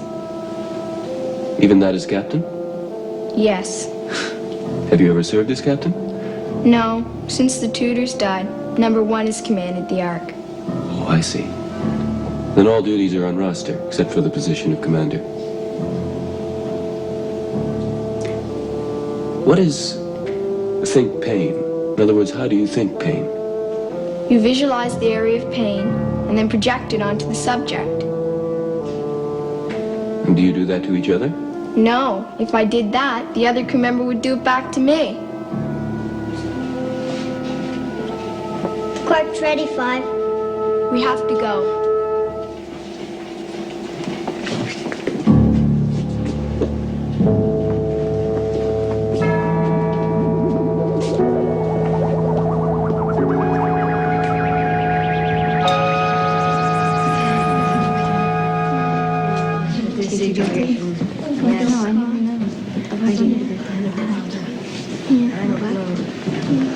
All rise.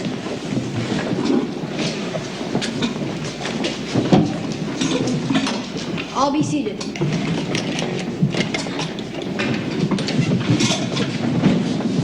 We have no precedent to establish court procedure, sir. Then we shall improvise as we go along. If they should want to argue law, sir, it would be a very... Law? I am the law. I see no need for complications of the facts. Do you understand? Yes, sir.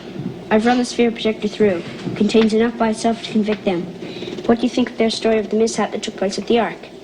Yes, when was that? 100 years after we left Earth. So that makes it about 500 years ago. Has the sphere projector anything on it? No, sir. Central information control? No data recorded to support it. Well then, what more do we need? You people are aware of my responsibilities as commander of the Ark. Everyone on this ship depends on me to bring us to a safe landing on a planet where we can live. Proceed. If it pleases the court, at 12:30 sidereal time, on the 2nd day of the 5th month, Ark year 2790 AD, defendants known as Devon, young Garth, and young Rachel did with considered deliberation violate Ark Ordinance, Section 1, Paragraph 1. I quote, "The Alpha Bridge complex, be it known, is the most restricted.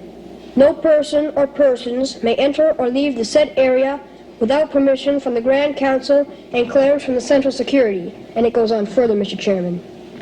"The Grand Council this day decrees that the Alpha Bridge irrevocably isolated to function without hindrance until safe landfall on any planet judged by the commander and his advisors to be environmentally conformed to all beings housed on the Ark biosphere domes." I submit in evidence, Mr. Chairman, a playback of the offense recorded at the time by the sphere projector. Proceed. Yes? We don't deny any of what we've done. We only ask that you listen to what we have to say. We are listening.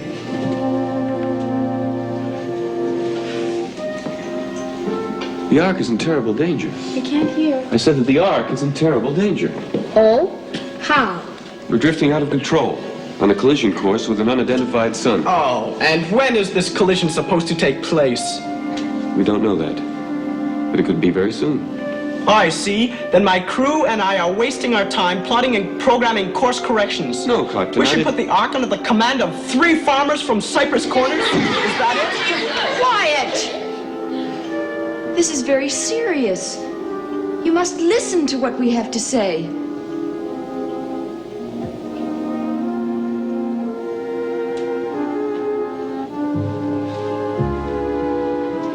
Mr. Chairman? Excuse me, sir, may I speak? If you wish. It should be easy to check their story. We could just feed it into the central computer. Very well, we will hear your fantasy. Thank you, Captain.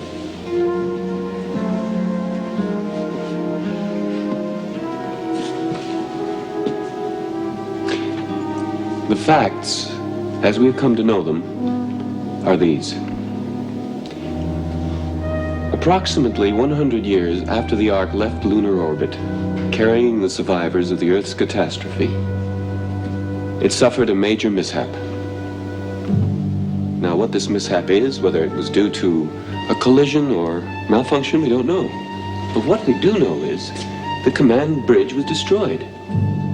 Its reactors were put out of action. Now, the result of these things, I've already told you. We are headed for destruction and collision.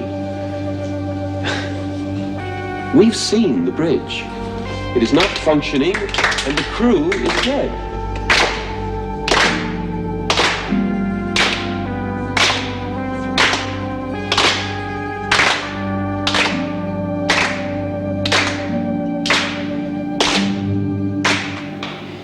Silence.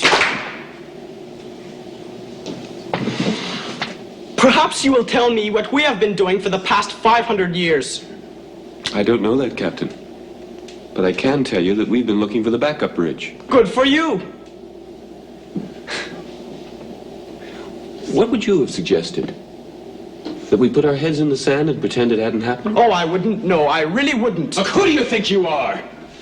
Bunch of kids talking to us like this.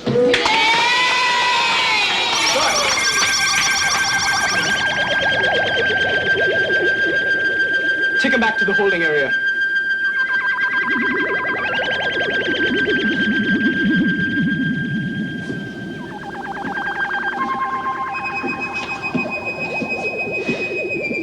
You wish to continue?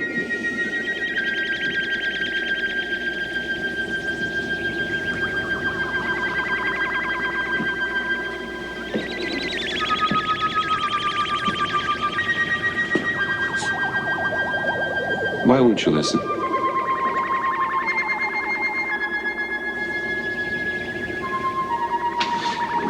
You want to see why we can't accept your story? Come with me.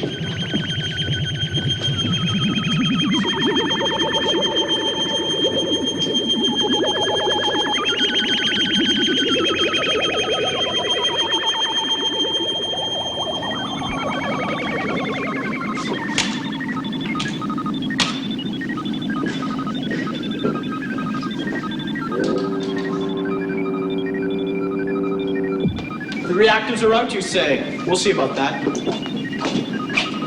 Command CTR build-up and advise me of FDF.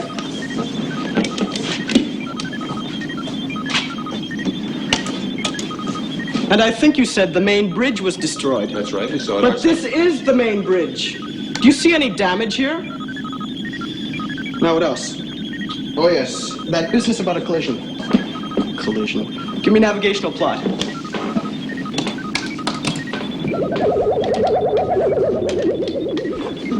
The star plot readout will be fed in here. It will tell us about the sun we are to collide with. Feed in present bearing. No, correction. Request a star chart update. Punch up PPI.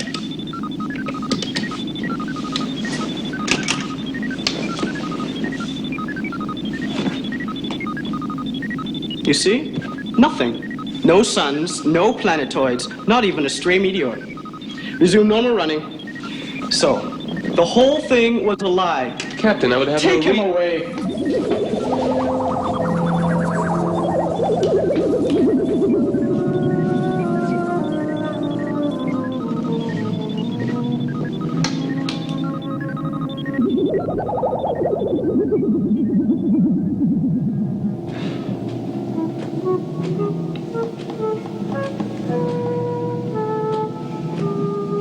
We're just gonna sit here? Wait for those kids to decide what to do? Well, are we? What are we gonna do? I don't know yet.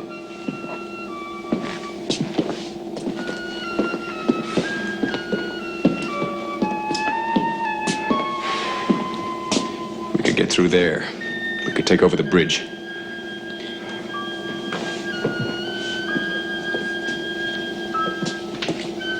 You are to come with us.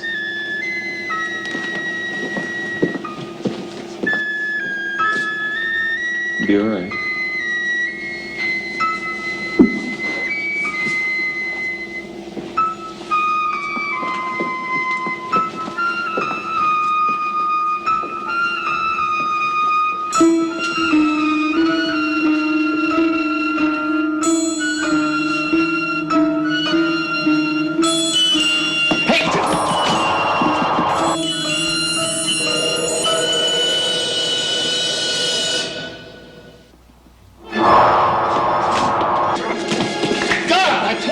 through that door.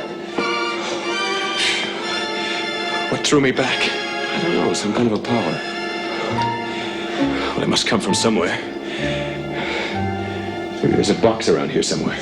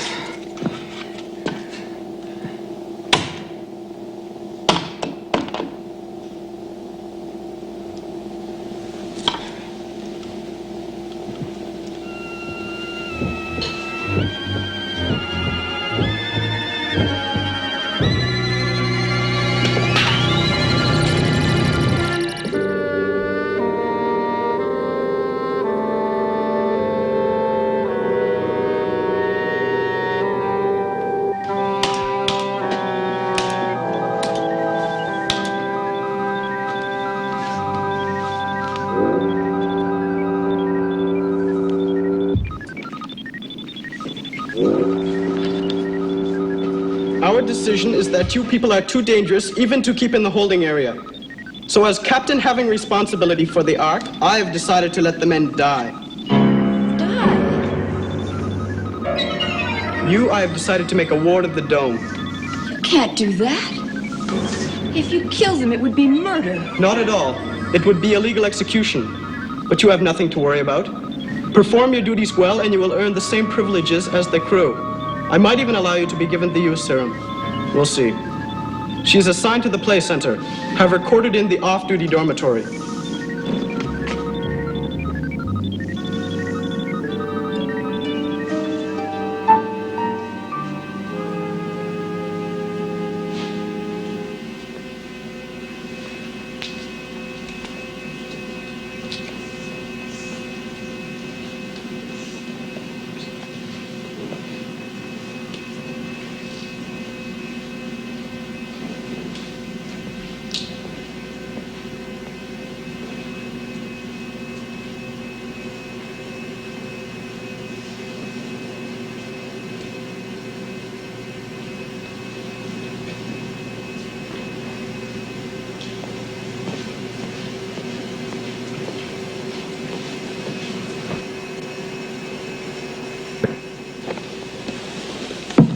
Can't I stay a little longer? No, there are others waiting. You have played long enough.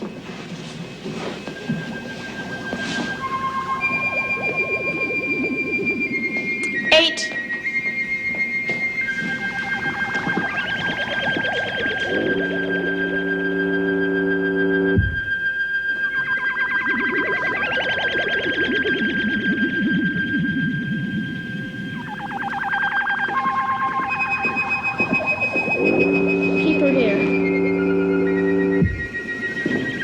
Come here.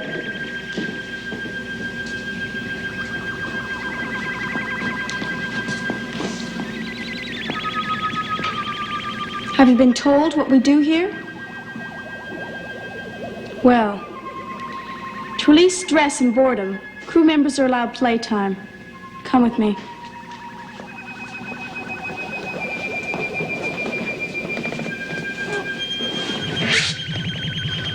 This is an intracranial implant with a cerebral probe into the pleasure center.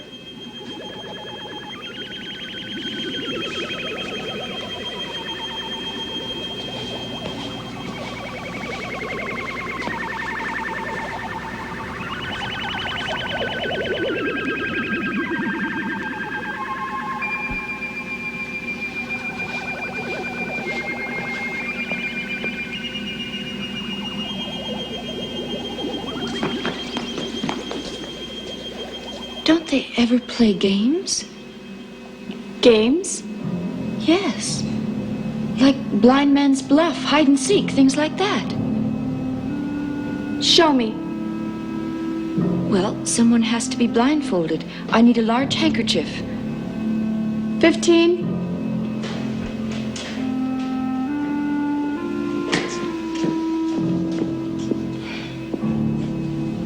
Go on. Well, I need someone to be the blind man. 4, you be the blind man.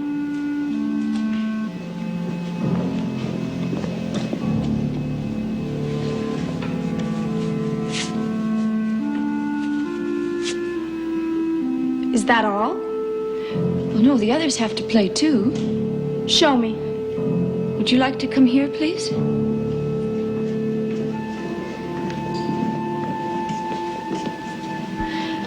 Now, the blind man has to catch one of you and say who it is. And then he becomes the blind man. All right. 4, catch someone. Now say who it is. 7. Well, he should be turned around and around, and you should all dodge him.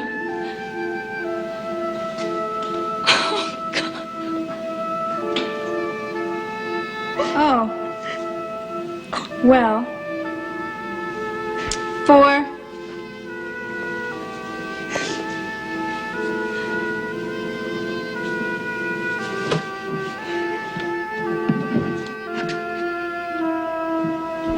She has kind of a simple mind, hasn't she?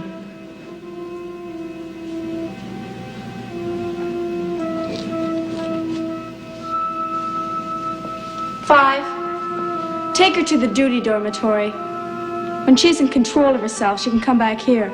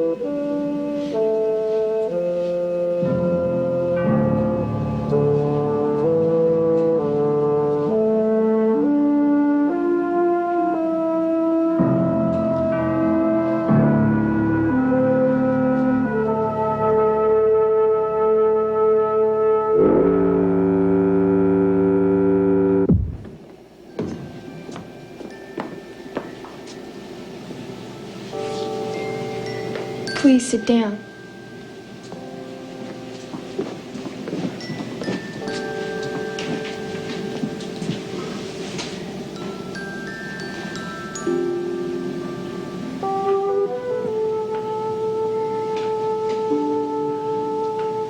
Rachel is a pretty name.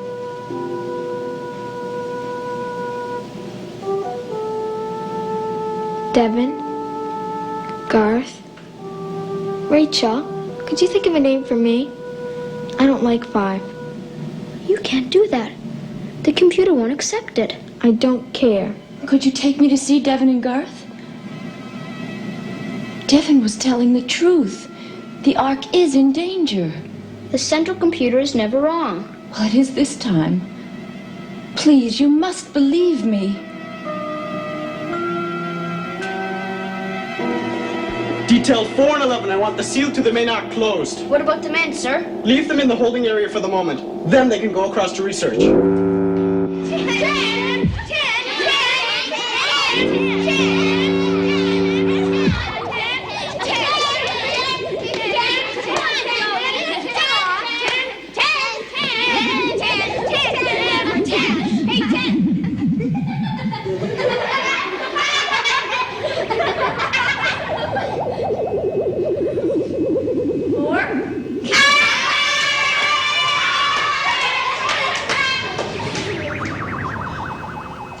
Well?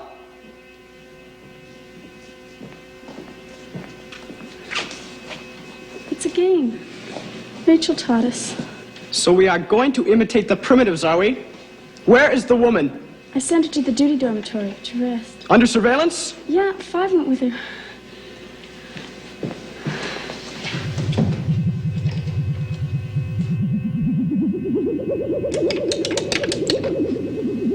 Full scan Omega Apex.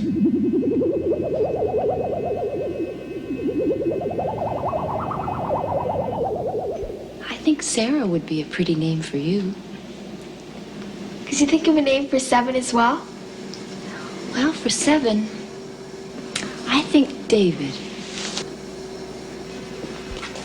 The woman was your responsibility. I want her under strict surveillance, not wandering about the complex.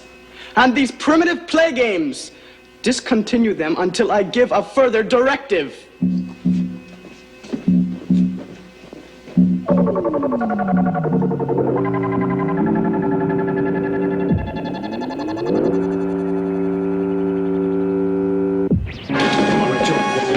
How'd you escape? No time to explain. Wait. Sarah, David, will you help us? Well, they can guide us. If anybody stops us, they can say they're taking us to the bridge on orders. Well, that's a good idea, but they never help. They're too well programmed. If Devin's right, that we're wasting time. We gotta hurry. What about it, Sarah? Will you help us?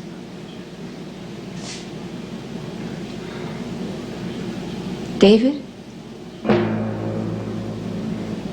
Come on, I know a shortcut.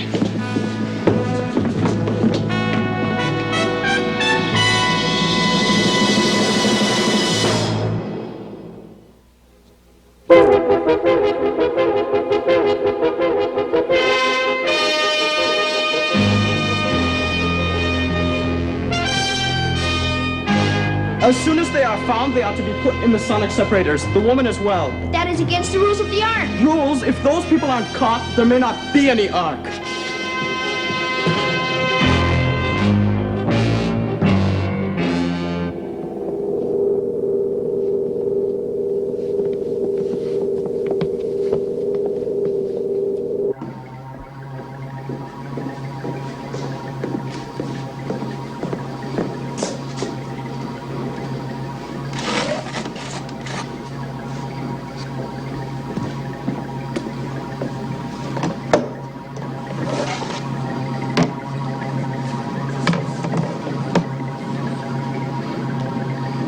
This is it.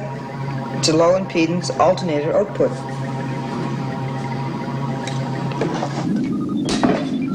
Well, turn it on. Can I be of assistance? I want a full security scan of Alpha Complex as soon as possible. Inhibited efficiency on scan circuit. Error reads 100. Well, correct it. Manual interference. Monitoring computer not functioning. That will be the working party closing the seal. Get someone down there. I want those scanners at once.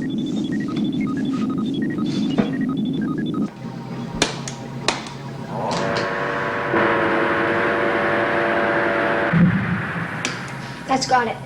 Just run it once for test.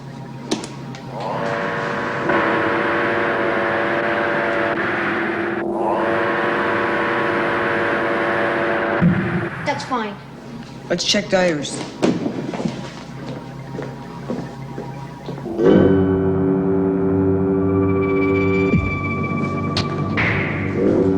Okay, let's go.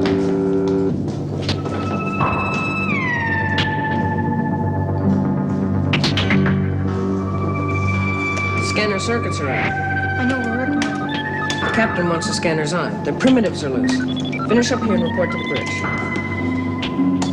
Establish the scanners and leave. We can finish later.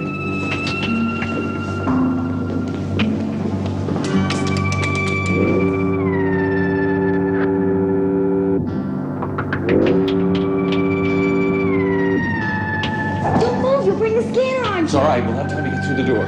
Come on in.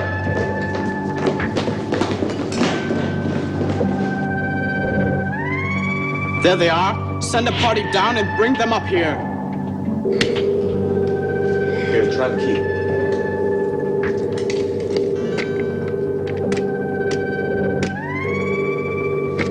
Still won't open. Remain exactly where you are. You are under full surveillance.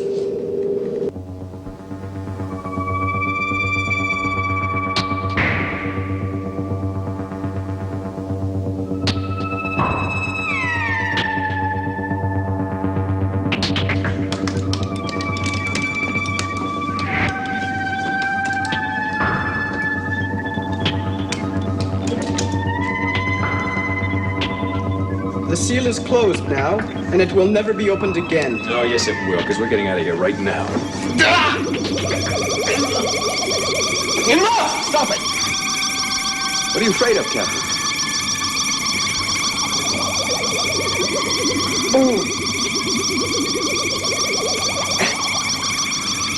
Be a captain, not a boy.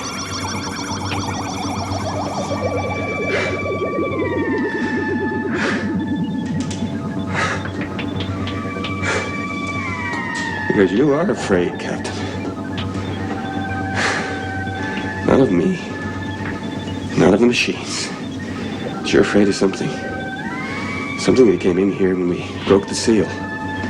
Something that we brought in here with us. Silence!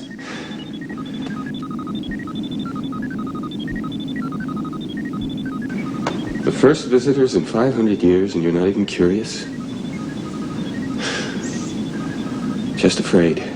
I am not afraid. Then why won't you listen to us? Because everything you've told us is a lie. The bridge is destroyed, you say. But this is the bridge. And as you can see, everything's in order. Where is the problem? The problem, Captain, is that you've become like one of your machines. You've lost the ability to examine, to question. There are no questions I need to ask. There are always questions. Perhaps you're afraid of the answers. Why don't you ask your machines what the real function of all these things are? The function is to control the flight of the Ark. Emergency. This terminal is priority interlock. Central command computer. Emergency. This terminal is priority interlocked with central command computer. I have not finished with you, sir. Star plot forward, astral scan.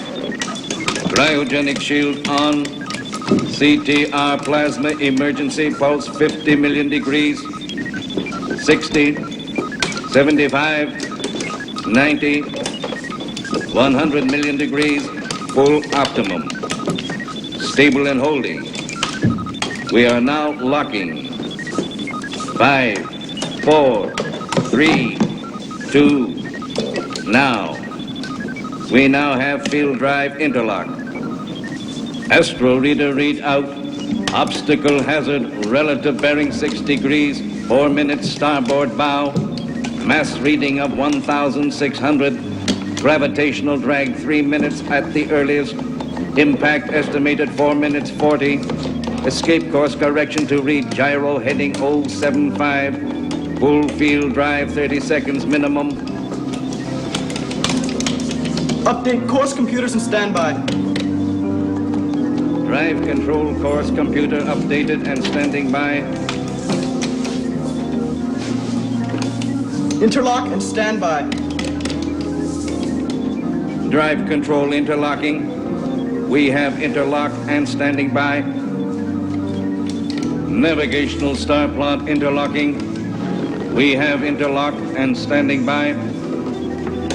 Field force drive on, now. Field force drive shut down, now. Arc course 075. Error reads 0, 0, 0. All systems read optimum efficiency. Standing by. Resume routine running. Now who commands the Ark? All right, now you listen to me. The danger you just averted isn't real.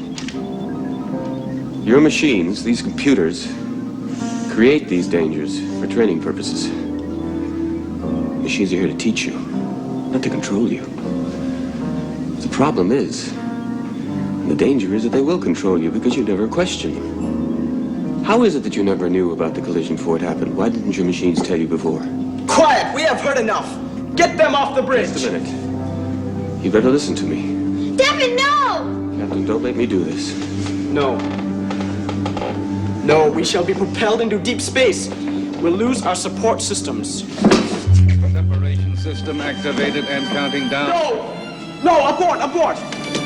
Can I be of assistance? Abort, abort! Disregard separation command. I have insufficient data. Please check program input. Stop the countdown. Do you hear me? I have insufficient data. Please check program input. Why? Why did he do it? It's all right. It's okay.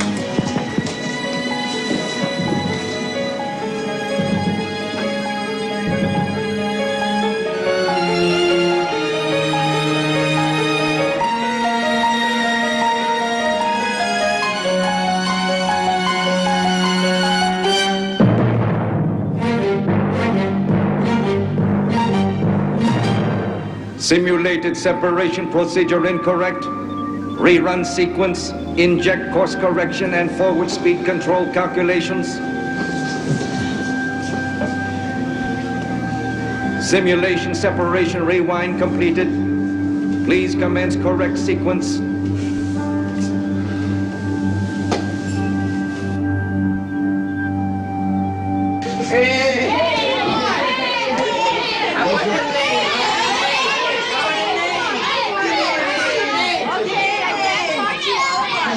I think Jacob for you, okay? Is that all right? A very wise man and a great leader. I like that. I like that.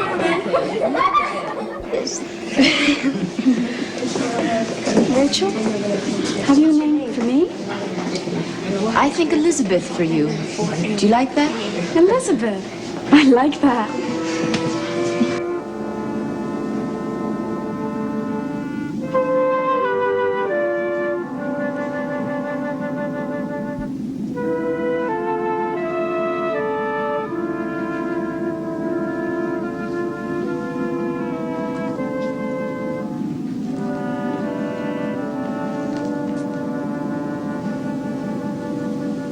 We're leaving you.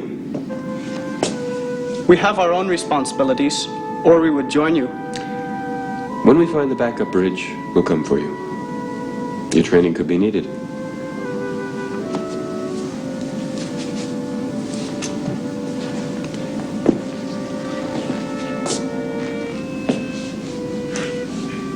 Captain, share some of your responsibilities. No man should stand alone.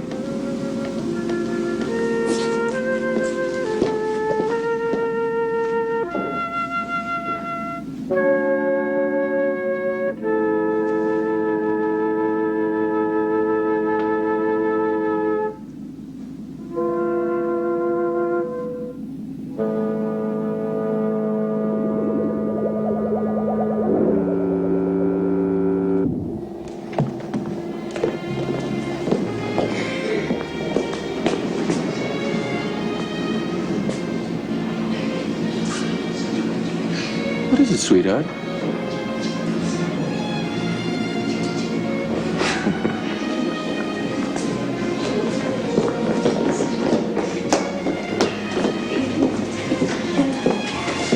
Well, you all ready? Yes. Good. Goodbye, kids. Bye. Please, I don't have a name yet. May I be called Devin? I don't see why not. It's a good name. Let's go.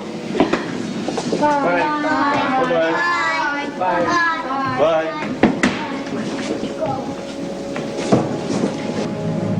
Goodbye, Sarah.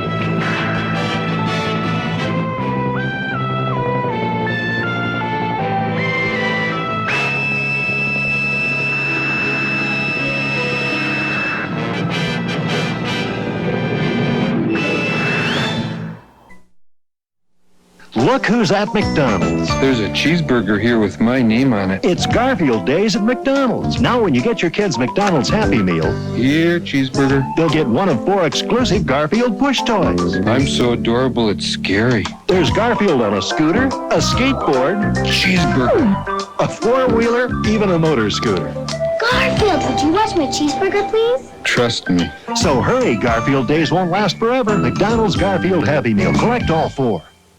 Captain Color Time was on routine patrol when suddenly he spotted another black and white existence. Oh, what's on the TV tonight? Your bowling trophy. Again? Who are you?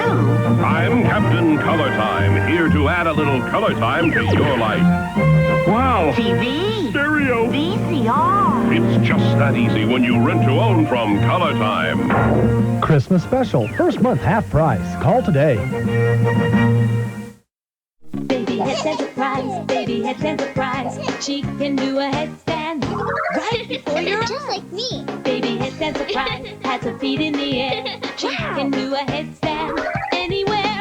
Right side up, upside down. She's the cutest baby around. She can sit, do a split, even tumble out of it. Baby headstand surprise. Baby headstand surprise. I love you, baby headstand. Baby headstand surprise. All right, so we're going to do some Night Stalker. Like I said, I liked the show. I'm not gonna lie, I enjoyed the hell of it. I thought it was was it a good continuation of Kolchak the Night Stalker? No. Was it good unto itself? Yes. So I want you guys to enjoy it. This is Night Stalker episode 5, Malum. Enjoy. Children fear monsters. Creatures of the night they imagine hiding under beds, lurking in closets. But as we grow older, we learn evil doesn't announce itself with a mask or a costume.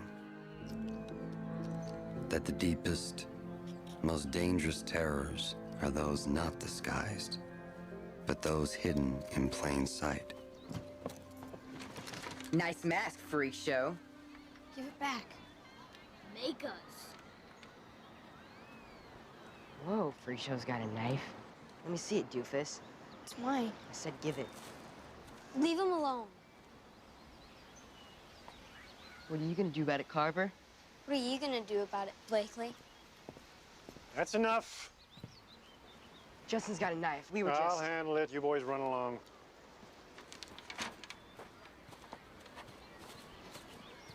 Justin, you know knives aren't allowed at school. You're not?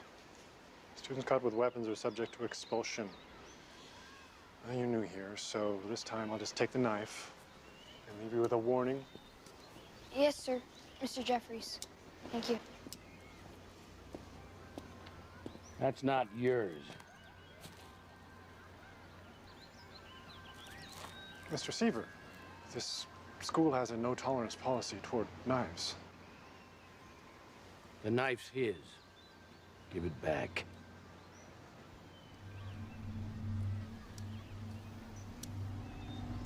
I'm concerned about your son, Mr. Seaver. He's withdrawn and lonely.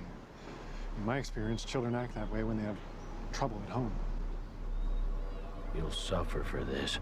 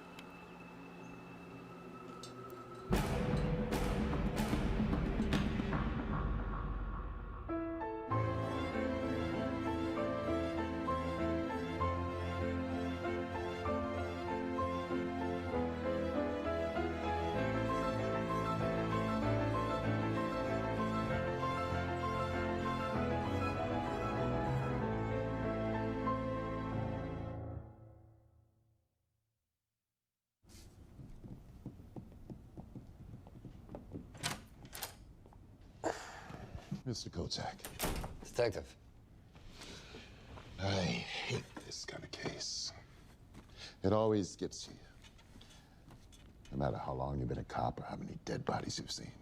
But I guess you can imagine that being a crime reporter. Yeah. Well, you know, I'd like to get your particular insight into this case. Let justice be properly served. My thoughts about this case are unorthodox. Not likely to stand up in a court of law. Now, you let me worry about the law, Mr. Kojak. Right now, I'm just interested in understanding what the hell happened here. I find that open-minded of you. Unusually so. I wouldn't call it open-minded. I just find this a strange and tragic case. And I'd just like to set things right. Now. As best I can. I understand. Well, now, this is being videotaped. So why don't we start at the beginning and tell me what made you interested in this story in the first place? I mean, last week, accidental death by lightning, that can't properly be called a crime at all, can it? Except there was nothing accidental about it. Mr. Arnold Jeffries, vice principal of McClintock Elementary School, found dead this morning by the school janitor. The man was struck by lightning, Kolchak. It was a tragic but accidental death. Lightning that tossed his body 30 feet in the air, impaling him on the school flagpole. In 1978, a truck driver in Manchester, England was struck by lightning, tossed 57 feet. His body landed on his neighbor's roof. Did a little reading on lightning. So then you know about the Lichtenberg figure? Lichtenberg figure, yeah, of course. Oh. What is that? That's the Lichtenberg figure. Ah. What is that again? Also known as arborescent lightning burn, recognized by pathologists as evidence of a lightning strike. You are really turning me on right now. I've seen it before in other lightning strikes. What's your point, Kolchak? Well, look where the mark begins. Down by his waist. Yeah. Lightning always strikes high, near the head or neck, not low. See, that's exactly why I call Kolchak, because no one here has ever seen this before. So maybe the lightning hit something else first, bounced off, and struck Jeffries. Yeah, only, according to the weather service, no lightning struck within 10 miles of the school last night. I give up. Okay, so if lightning didn't kill this man, what did? I don't know. But at least now you're asking the right questions. So, you went to the school? Yeah. To do what exactly? Just asking questions, Detective. Jeffries was a popular administrator, well-liked, no enemies to speak of. Yeah, principal tells the same story. I know it disappoints you, Carl, but I think this is exactly what it seems. A simple, yet bizarre accident. Hey, guys. What is it? I'm not sure, but that figure on Jeffrey's body and this tree. Check this out.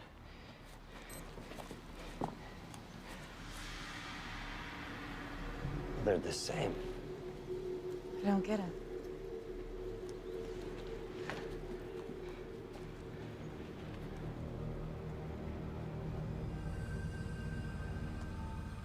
Draw what you feel inside. When someone you know passes away, it's okay to feel sad or angry or scared. But the principal and I and all your teachers want you to know that you're safe and nothing's gonna happen to any of you. Our school is a community. So what are you gonna do? And when we lose someone we care for, About we what? come together. We help each other through our sadness. You heard what your dad said to Mr. Jeffries yesterday. My dad didn't do anything. The difference is we are all friends. And what do friends do? He told him he'd suffer. Everybody says it was an accident. One another. But it wasn't. Listen to each other. They make Was sure it? that we don't feel alone. You're so lucky. I'd give anything to have a dad like yours. Because we aren't alone. We are I all know. in this together. And I know you're scared. But you've got to tell someone. If you won't, I will. All right. Everyone leaves early today.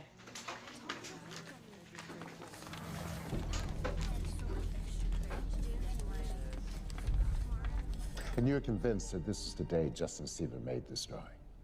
It was his assignment as part of grief counseling. But nobody saw him draw it on this particular day. Well, no one except Ryan Carver. Right. An 11-year-old boy. So later that morning, you approached Ryan with your theory about Ezekiel Seaver? No, he approached me. Can I help you with something? Yeah.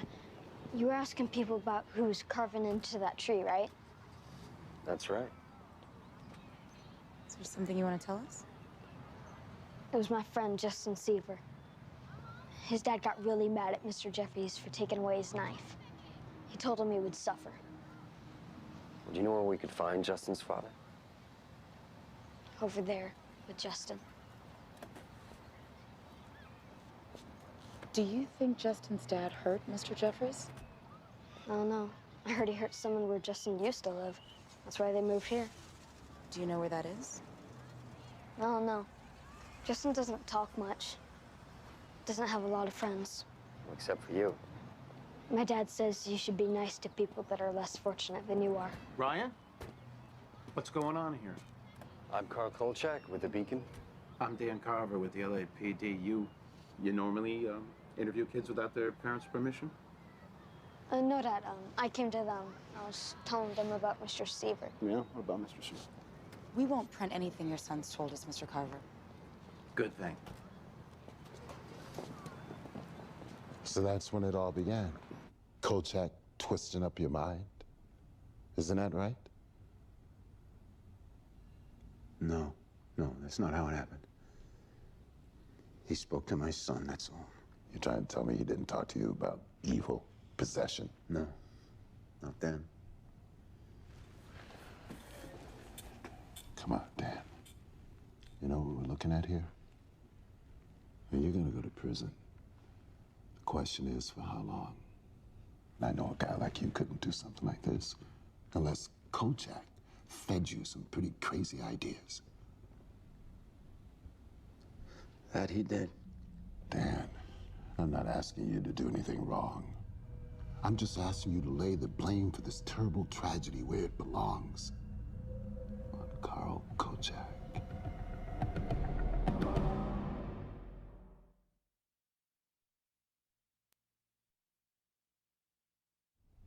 So what made you so interested in Ezekiel Seaver? I mean, by your own account, you had nothing except for the vague suspicions of an 11-year-old boy. Well, that was enough. Ryan said that someone had been hurt there, and that's why the Seavers moved. And he was right.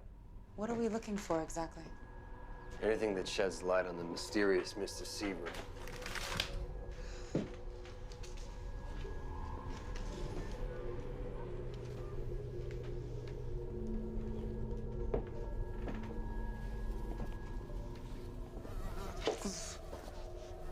Father of the Year. Who are you? Reporters. I'm Carl Kolchak. This is Perry Reed. We're with the LA Beacon. Mona Sampson. I live next door. We'd like to ask you questions about a former neighbor, Ezekiel Seaver. Oh, Lord. Well, we were told that he hurt someone here. Hurt someone? Can you tell us what happened? Truth is, I never liked him. Right from the start. It was like he was hiding something. And I always felt sorry for the boy. Who did he hurt, Mrs. Sampson? Mrs. Hartzman. Lived across the street. The boy used to sneak into her pool, poor thing. She complained to Ezekiel, and then on a Saturday afternoon, zap. Lightning strike? Lightning? No. High voltage wire fell into her pool. They say the water boiled, cooked her flesh through. Mrs. Sampson denies telling that story. Of course she does. And your colleague, what was she thinking? She was, keeping an open mind. You're excited now, aren't you? Well, you can see the pattern, can't you? I can see you see it. Do I have to connect the dots? No. All you have to do is explain to me how Seaver could have magically speared a man on a flagpole and cooked a woman in her pool. Well, that's the point. There is no explanation. Yes, there is. They're called freak accidents. So there's no story here? No, there's a story, all right. It's a very sad, very human one, though. About a man abusing his son. You work that angle. That'll make Vincenzo happy. And what are you gonna do? Try to keep someone else from dying.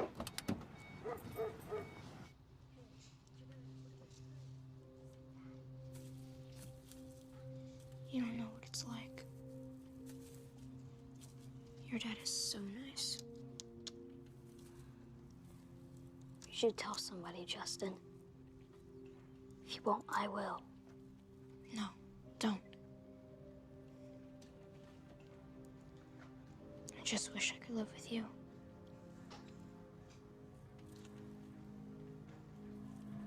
What's that?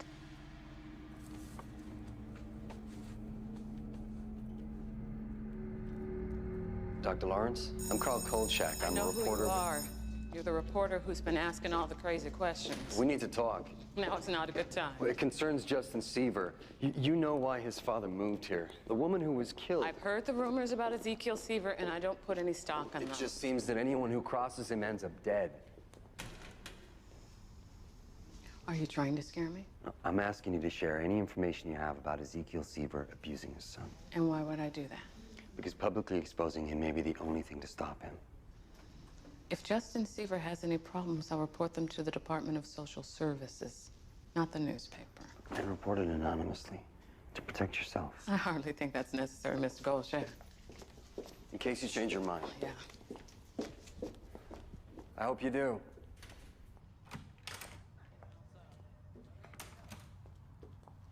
Hey. I hear you guys have something to show me. Show her, Justin.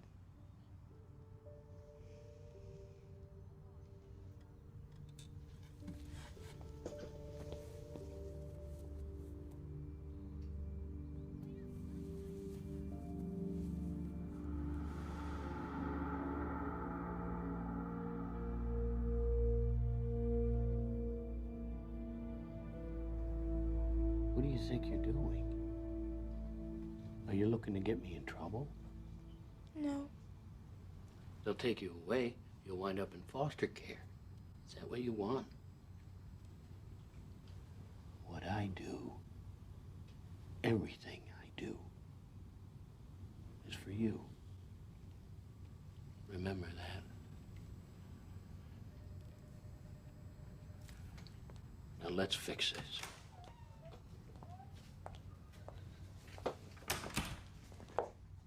You people owe me an apology. We owe you. What did you feed this boy for lunch? This is a joke. No. He's allergic. Anything with peanuts, you could have killed him. Mr. Seaver, what I saw on that child's back has nothing to do with peanuts. Lucky for you, he's better. Lift up your shirt, boy. Do as I say.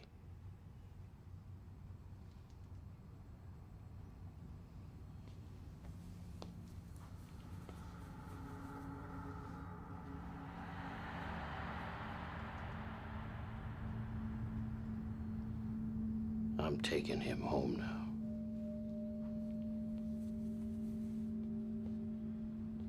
I don't know what just happened, Mr. Seaver, but you are not fooling me. I know you heard him.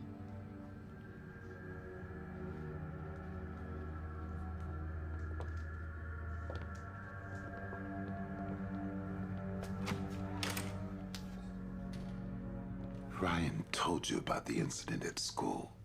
Isn't that right, Dad? Yes. What did you do when your son told you being an officer of the law and a responsible father? Well, I tried calling Dr. Lawrence, but she'd already gone home for the day. And by the next morning, it was too late.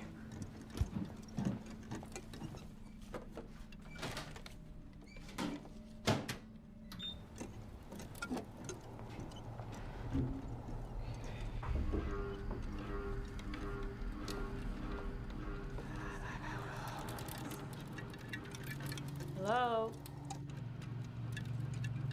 Hello?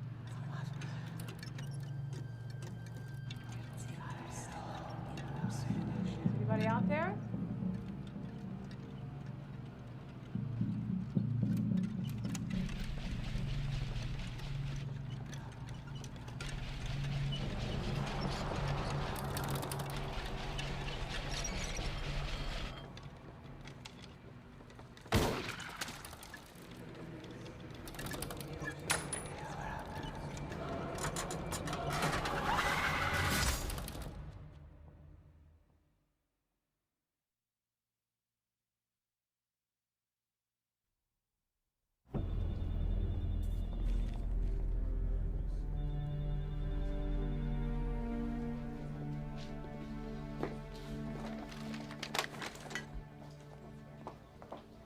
Been trying to reach you. I heard the school psychologist was found dead. Yeah, ceiling fan spun off its axle, severed her head at the neck. How did that happen? It's just another freak accident. What's that? Justin Seaver's confidential file. I lifted it from the scene. Look, it says here, Ryan found large red welts on Justin. When Lawrence confronted Ezekiel, the welts miraculously disappeared. Dr. Lawrence confronted Ezekiel about his abuse, and now she's dead. He killed her just like he killed the others. I think you're right. What did you say? I think you're right about Ezekiel Seaver, just not in the way that you think. What do you mean? Turns out Seaver didn't have much of a record. In fact, on paper, he didn't even exist until he adopted Justin 3 years ago. Adopted? And get this, Seaver's only source of income for the past 3 years is as a commercial electrician specializing in high voltage work. All these deaths, Jeffries, the woman in Valverde, and now the school psychologist, all involve electricity somehow. So you think he's staging them to make them look like accidents? I think it's the first answer in this whole story that makes any sense. But you weren't buying her electrician angle, were you? Wouldn't say that. Come on, Mr. Kolchak. You were focused on something bigger, something that defied rational explanation. I just knew Ezekiel Seaver posed a danger. So you went to the school where you knew you'd find Detective Carver. Detective Carver. What are you doing here? I need to speak to you about your son. You're gonna stay over tonight? Dad never let me. What's the mystery? You're aware that Ryan brought Justin in to see the school psychologist yesterday. Yeah, I know. And that she was killed last night by a freak accident only days after Mr. Jeffries. What's your point? I believe all these people died because they dared to confront Ezekiel Seaver. You got any proof of that? No proof, no, but I believe that Ryan, by trying to help Justin, may have put himself in danger. It must have been unnerving. This man telling you that your boy was in danger. No, I didn't listen. You think Seaver's gonna hurt my boy? Yeah, I think he will. Oh, you listen, Dan. You stood there and you listened while this man messed with your head. I heard what he was saying, but I didn't listen. The evidence against Ezekiel Seaver is circumstantial, but I believe he's a threat. Where'd he go? Ryan!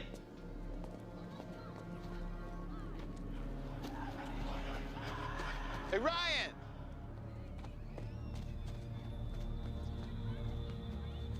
Hey, Justin, where's Ryan?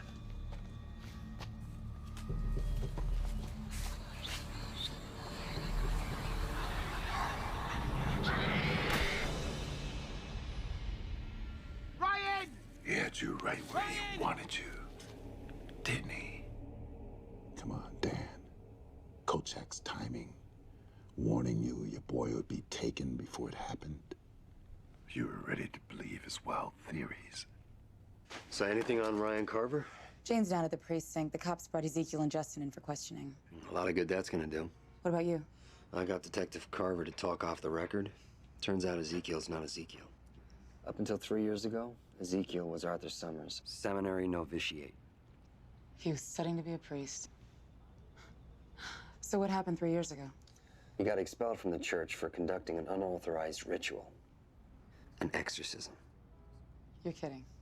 Janet Seaver of Flagstaff, Arizona, claimed that an evil spirit jumped into her. Ezekiel, aka Arthur Summers, stayed with her for 2 weeks trying to drive it out. And did he? In a manner of speaking, she died from lack of food and water. So was Ezekiel arrested? No. And Janet left behind an only son in the care of her spiritual advisor. Justin. Ezekiel adopted the son of the woman he killed. What if, when Janet Seaver died, the evil spirit jumped out of her body into Ezekiel's? Did you run that theory by Detective Carver? Yeah, he didn't buy it either. But you did buy it, didn't you? Coming at you of all that Linda Blair stuff.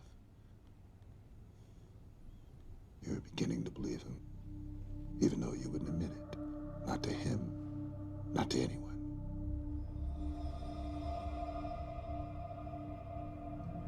Yes. I believed him.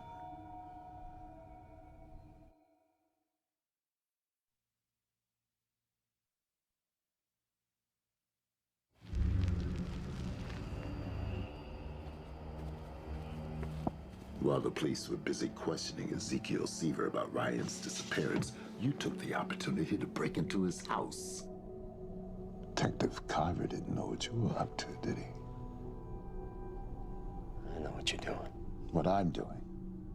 You're building a case that I incited Detective Carver to commit murder. I told you, Mr. Kojak. I just needed your help with this. You want to prosecute me as an accessory so in the hope that you can reduce Carver's sentence. You were hell-bent, Mr. Kojak. Breaking and entering. But Ryan's life was at stake. Ryan? Perry Reed? Hang on a second. What are you doing back? Cops let Ezekiel sneak out the back. Ezekiel's been released? Yeah. When? They finished questioning him 20 minutes ago. I'll call you back. Come on. What? What is it? Cold check. He's at Ezekiel's.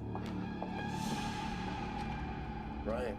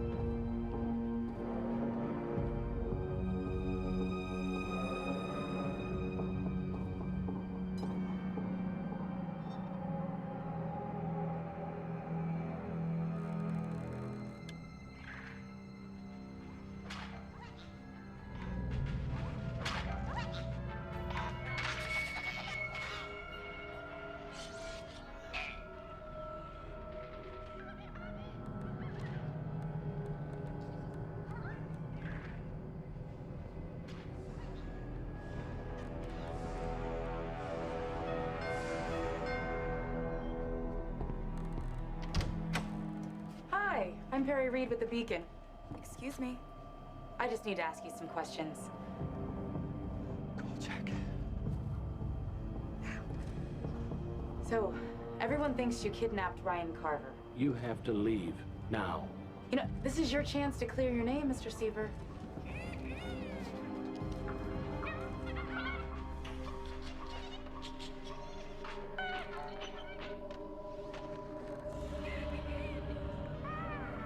You've wasted enough of my time. I'll have to write the story anyway. Write what you like. You know,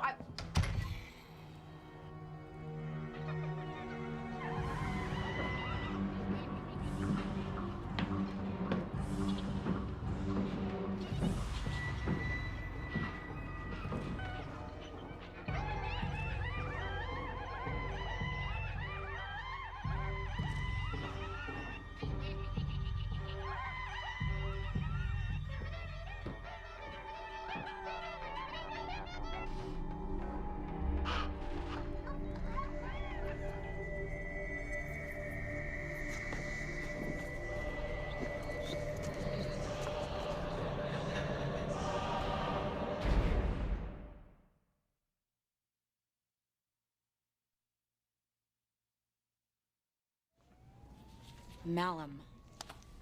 So what's it mean? It's Latin for wicked or evil. Think Ezekiel put it in Justin's room? What are you looking for? That picture you took of the tree back at the school? MAI. Yeah, but what if it's not an I? What if it's the start of an L? MAL? Yeah, he was carving the same word, Malum. Who? Justin. It was Justin all along. So now it was the boy who was evil. Everything I've told you is true. to solve this case, you need to believe that. Dan Carver believed it. Look where it got him. Dan Carver didn't believe me until it was too late. You were right, Perry. Ezekiel didn't kidnap Ryan. Then who did? That evil spirit? I don't think it jumped into Ezekiel. I think it landed in Justin. Kolchak. That boy is a victim. If anybody's demonic, it's Ezekiel.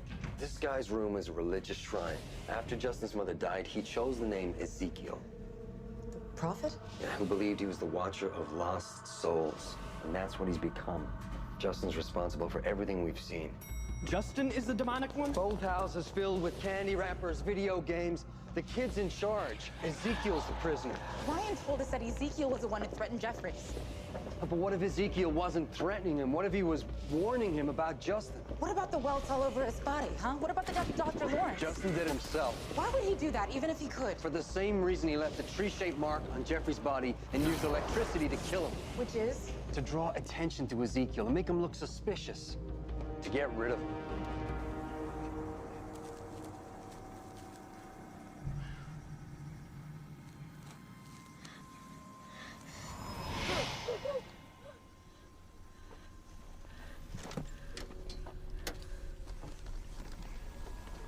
It's okay, Ryan. It's just me. Just don't get me out of here. I can't. My dad would kill me. Just get a knife and cut the rope. Brought you something. I'm scared. I don't even know how I got here. You've got to help me. Everything's to be okay, Ryan. I promise. I just want to live with you guys. You know that. Please, you gotta help me. You have to tell my dad where I am. Okay, buddy. I will.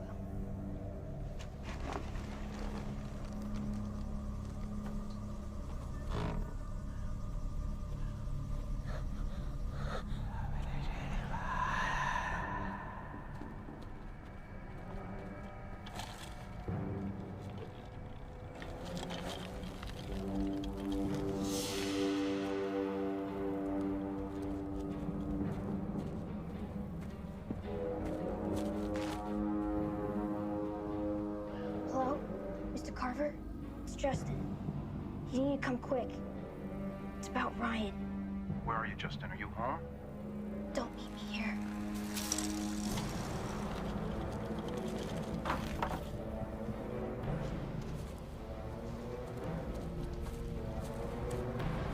If Justin's what you claim, would it be easier just to kill Ezekiel? If Ezekiel dies, Justin goes to a foster home. That's not what he wants. What does he want?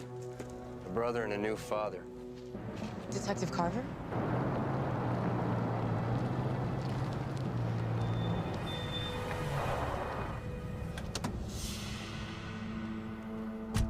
It's okay. It's all right. Tell me everything. But my dad... I'll protect you. I promise. I'm never gonna let him hurt you again. I can show you where he is. Okay. All right, good boy.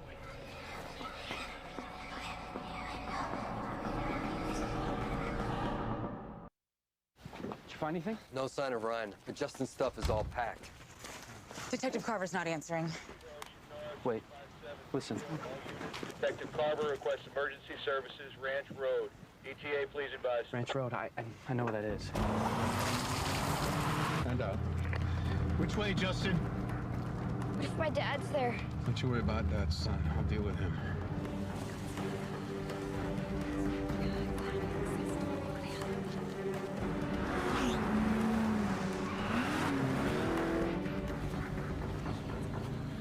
Ryan!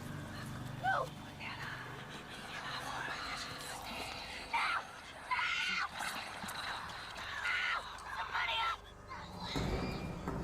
At this point, you believed everything that Kolchak said. I just wanted to find my son. Ryan! Ryan!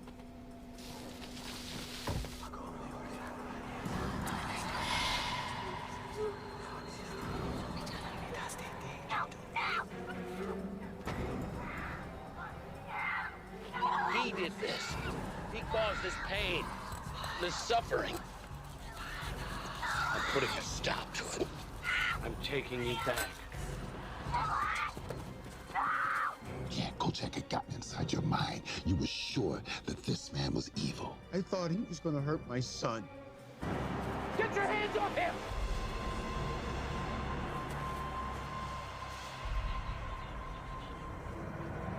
Get away from him!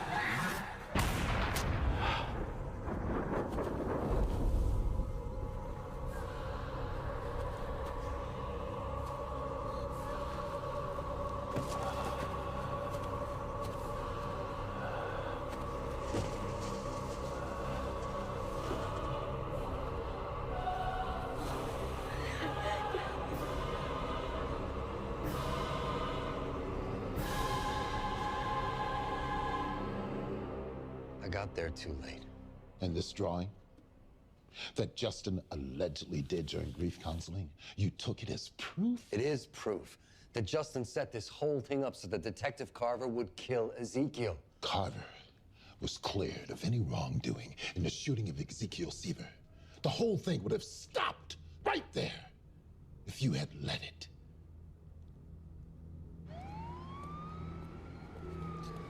Detective. How can I help you, Mr. Kolchak? I understand you become Justin's temporary guardian. Yeah, I hope to make it permanent after everything he's been through. Everything we've been through. Mr. Carver, Justin may not be the innocent victim you think he is. What do you mean? All those things that we thought Ezekiel was doing, I now think it was Justin. So you admit it. You put the idea inside his head. I told him the truth. You were trying to unbalance him. He still wouldn't believe me. If he had, maybe we wouldn't be here right now. No, we are here right now because of you, Mr. Kolchak. Not to spite you. I don't want to hear this nonsense. Detective. Look, he's a little boy who stood up to an evil man. He helped me save my son. I only wish that were true. I want you to stop bothering me and my family. You understand what that means, Mr. Kolchak?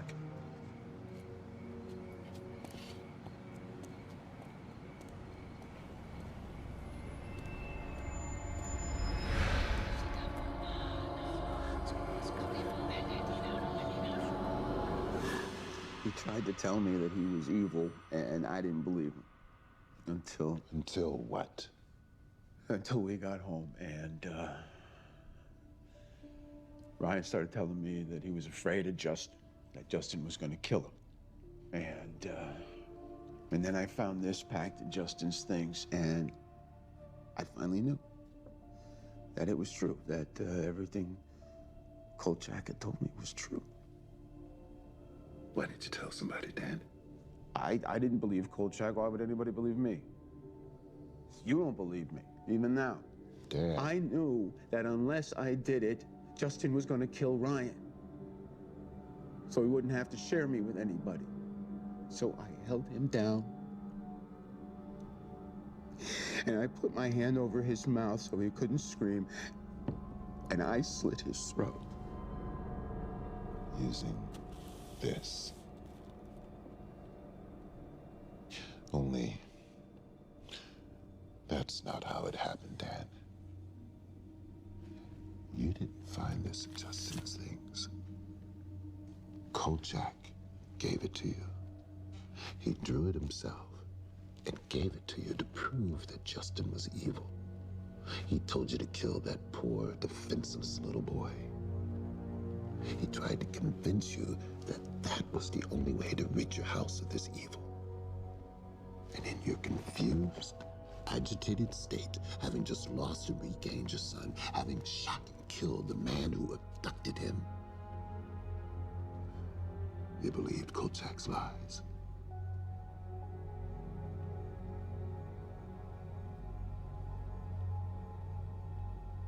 Isn't that right, Dan? Isn't that right?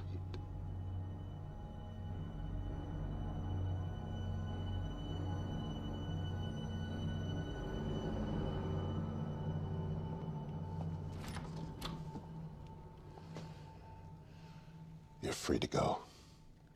After all that. Do me a favor, Kolchak. Get out. I don't want to see your face again.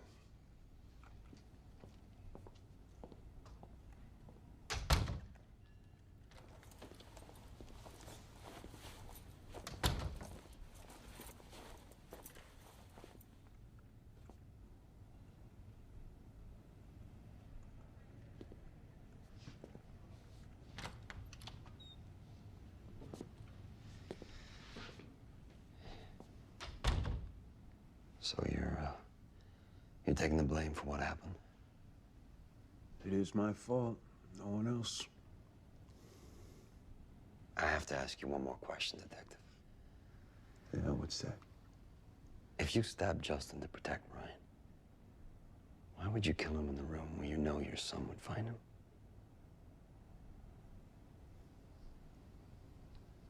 Like I said, I'm responsible. You go to prison, Detective. But I know who killed Justin Seaver. It wasn't you.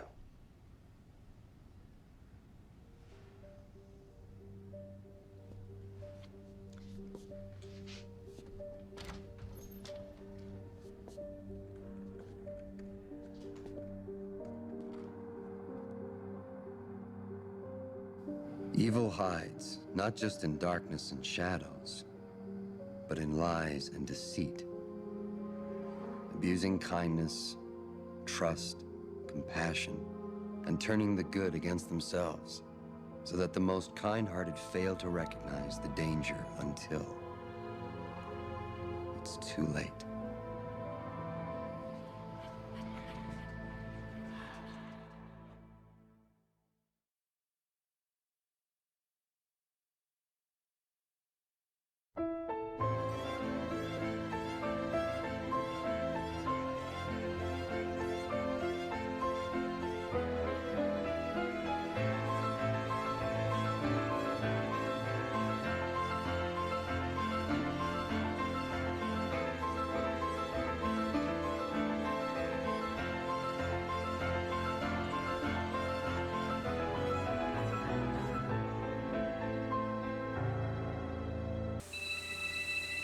When the stars come out to play, babe, a twinkling show, ooh, dinner out of sight.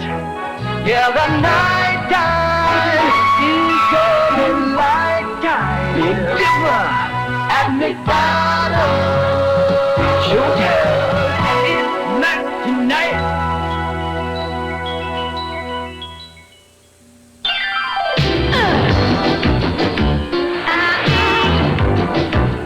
Ain't it like a real life?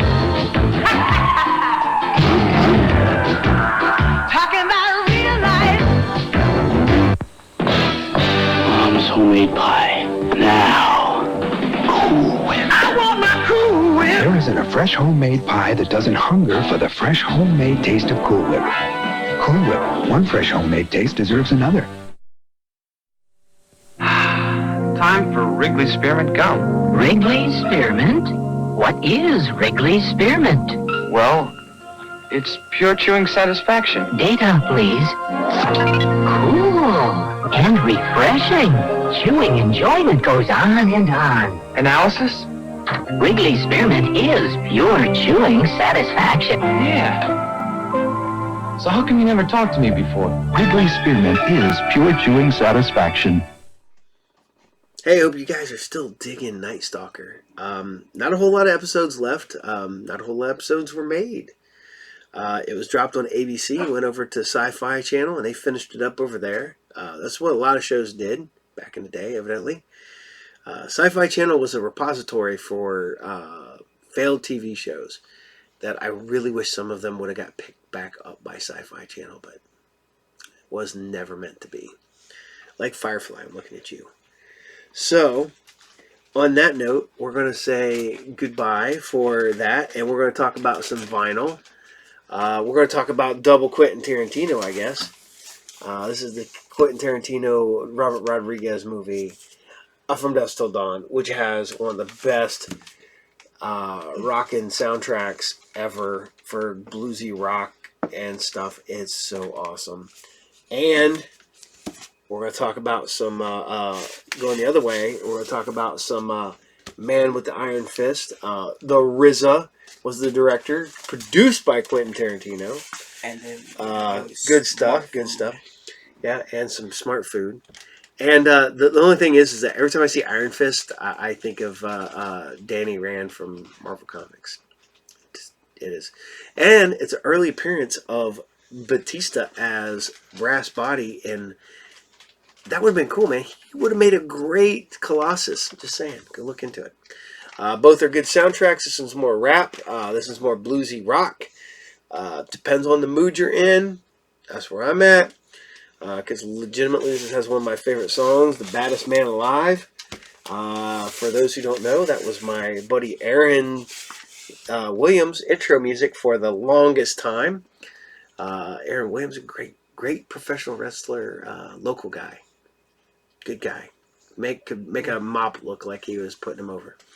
So, on that note, I am going to say... Some smart food. Yeah. Vince is very much marketing for smart food. I should get him a commercial and get a job for it. As my phone dings. So, I want to say goodnight to everybody. Say, you guys are all awesome and great and fun. Hopefully, we'll know some more on some side projects I'm currently working on. I'm getting ready to give away something cool when we hit 10,000 subscribers. So hang in there or hurry up and get more people to watch. And the faster we hit that, the faster I'll get something away. So, okay, on that note, y'all take care. I'll see y'all there. Captain out. Bye.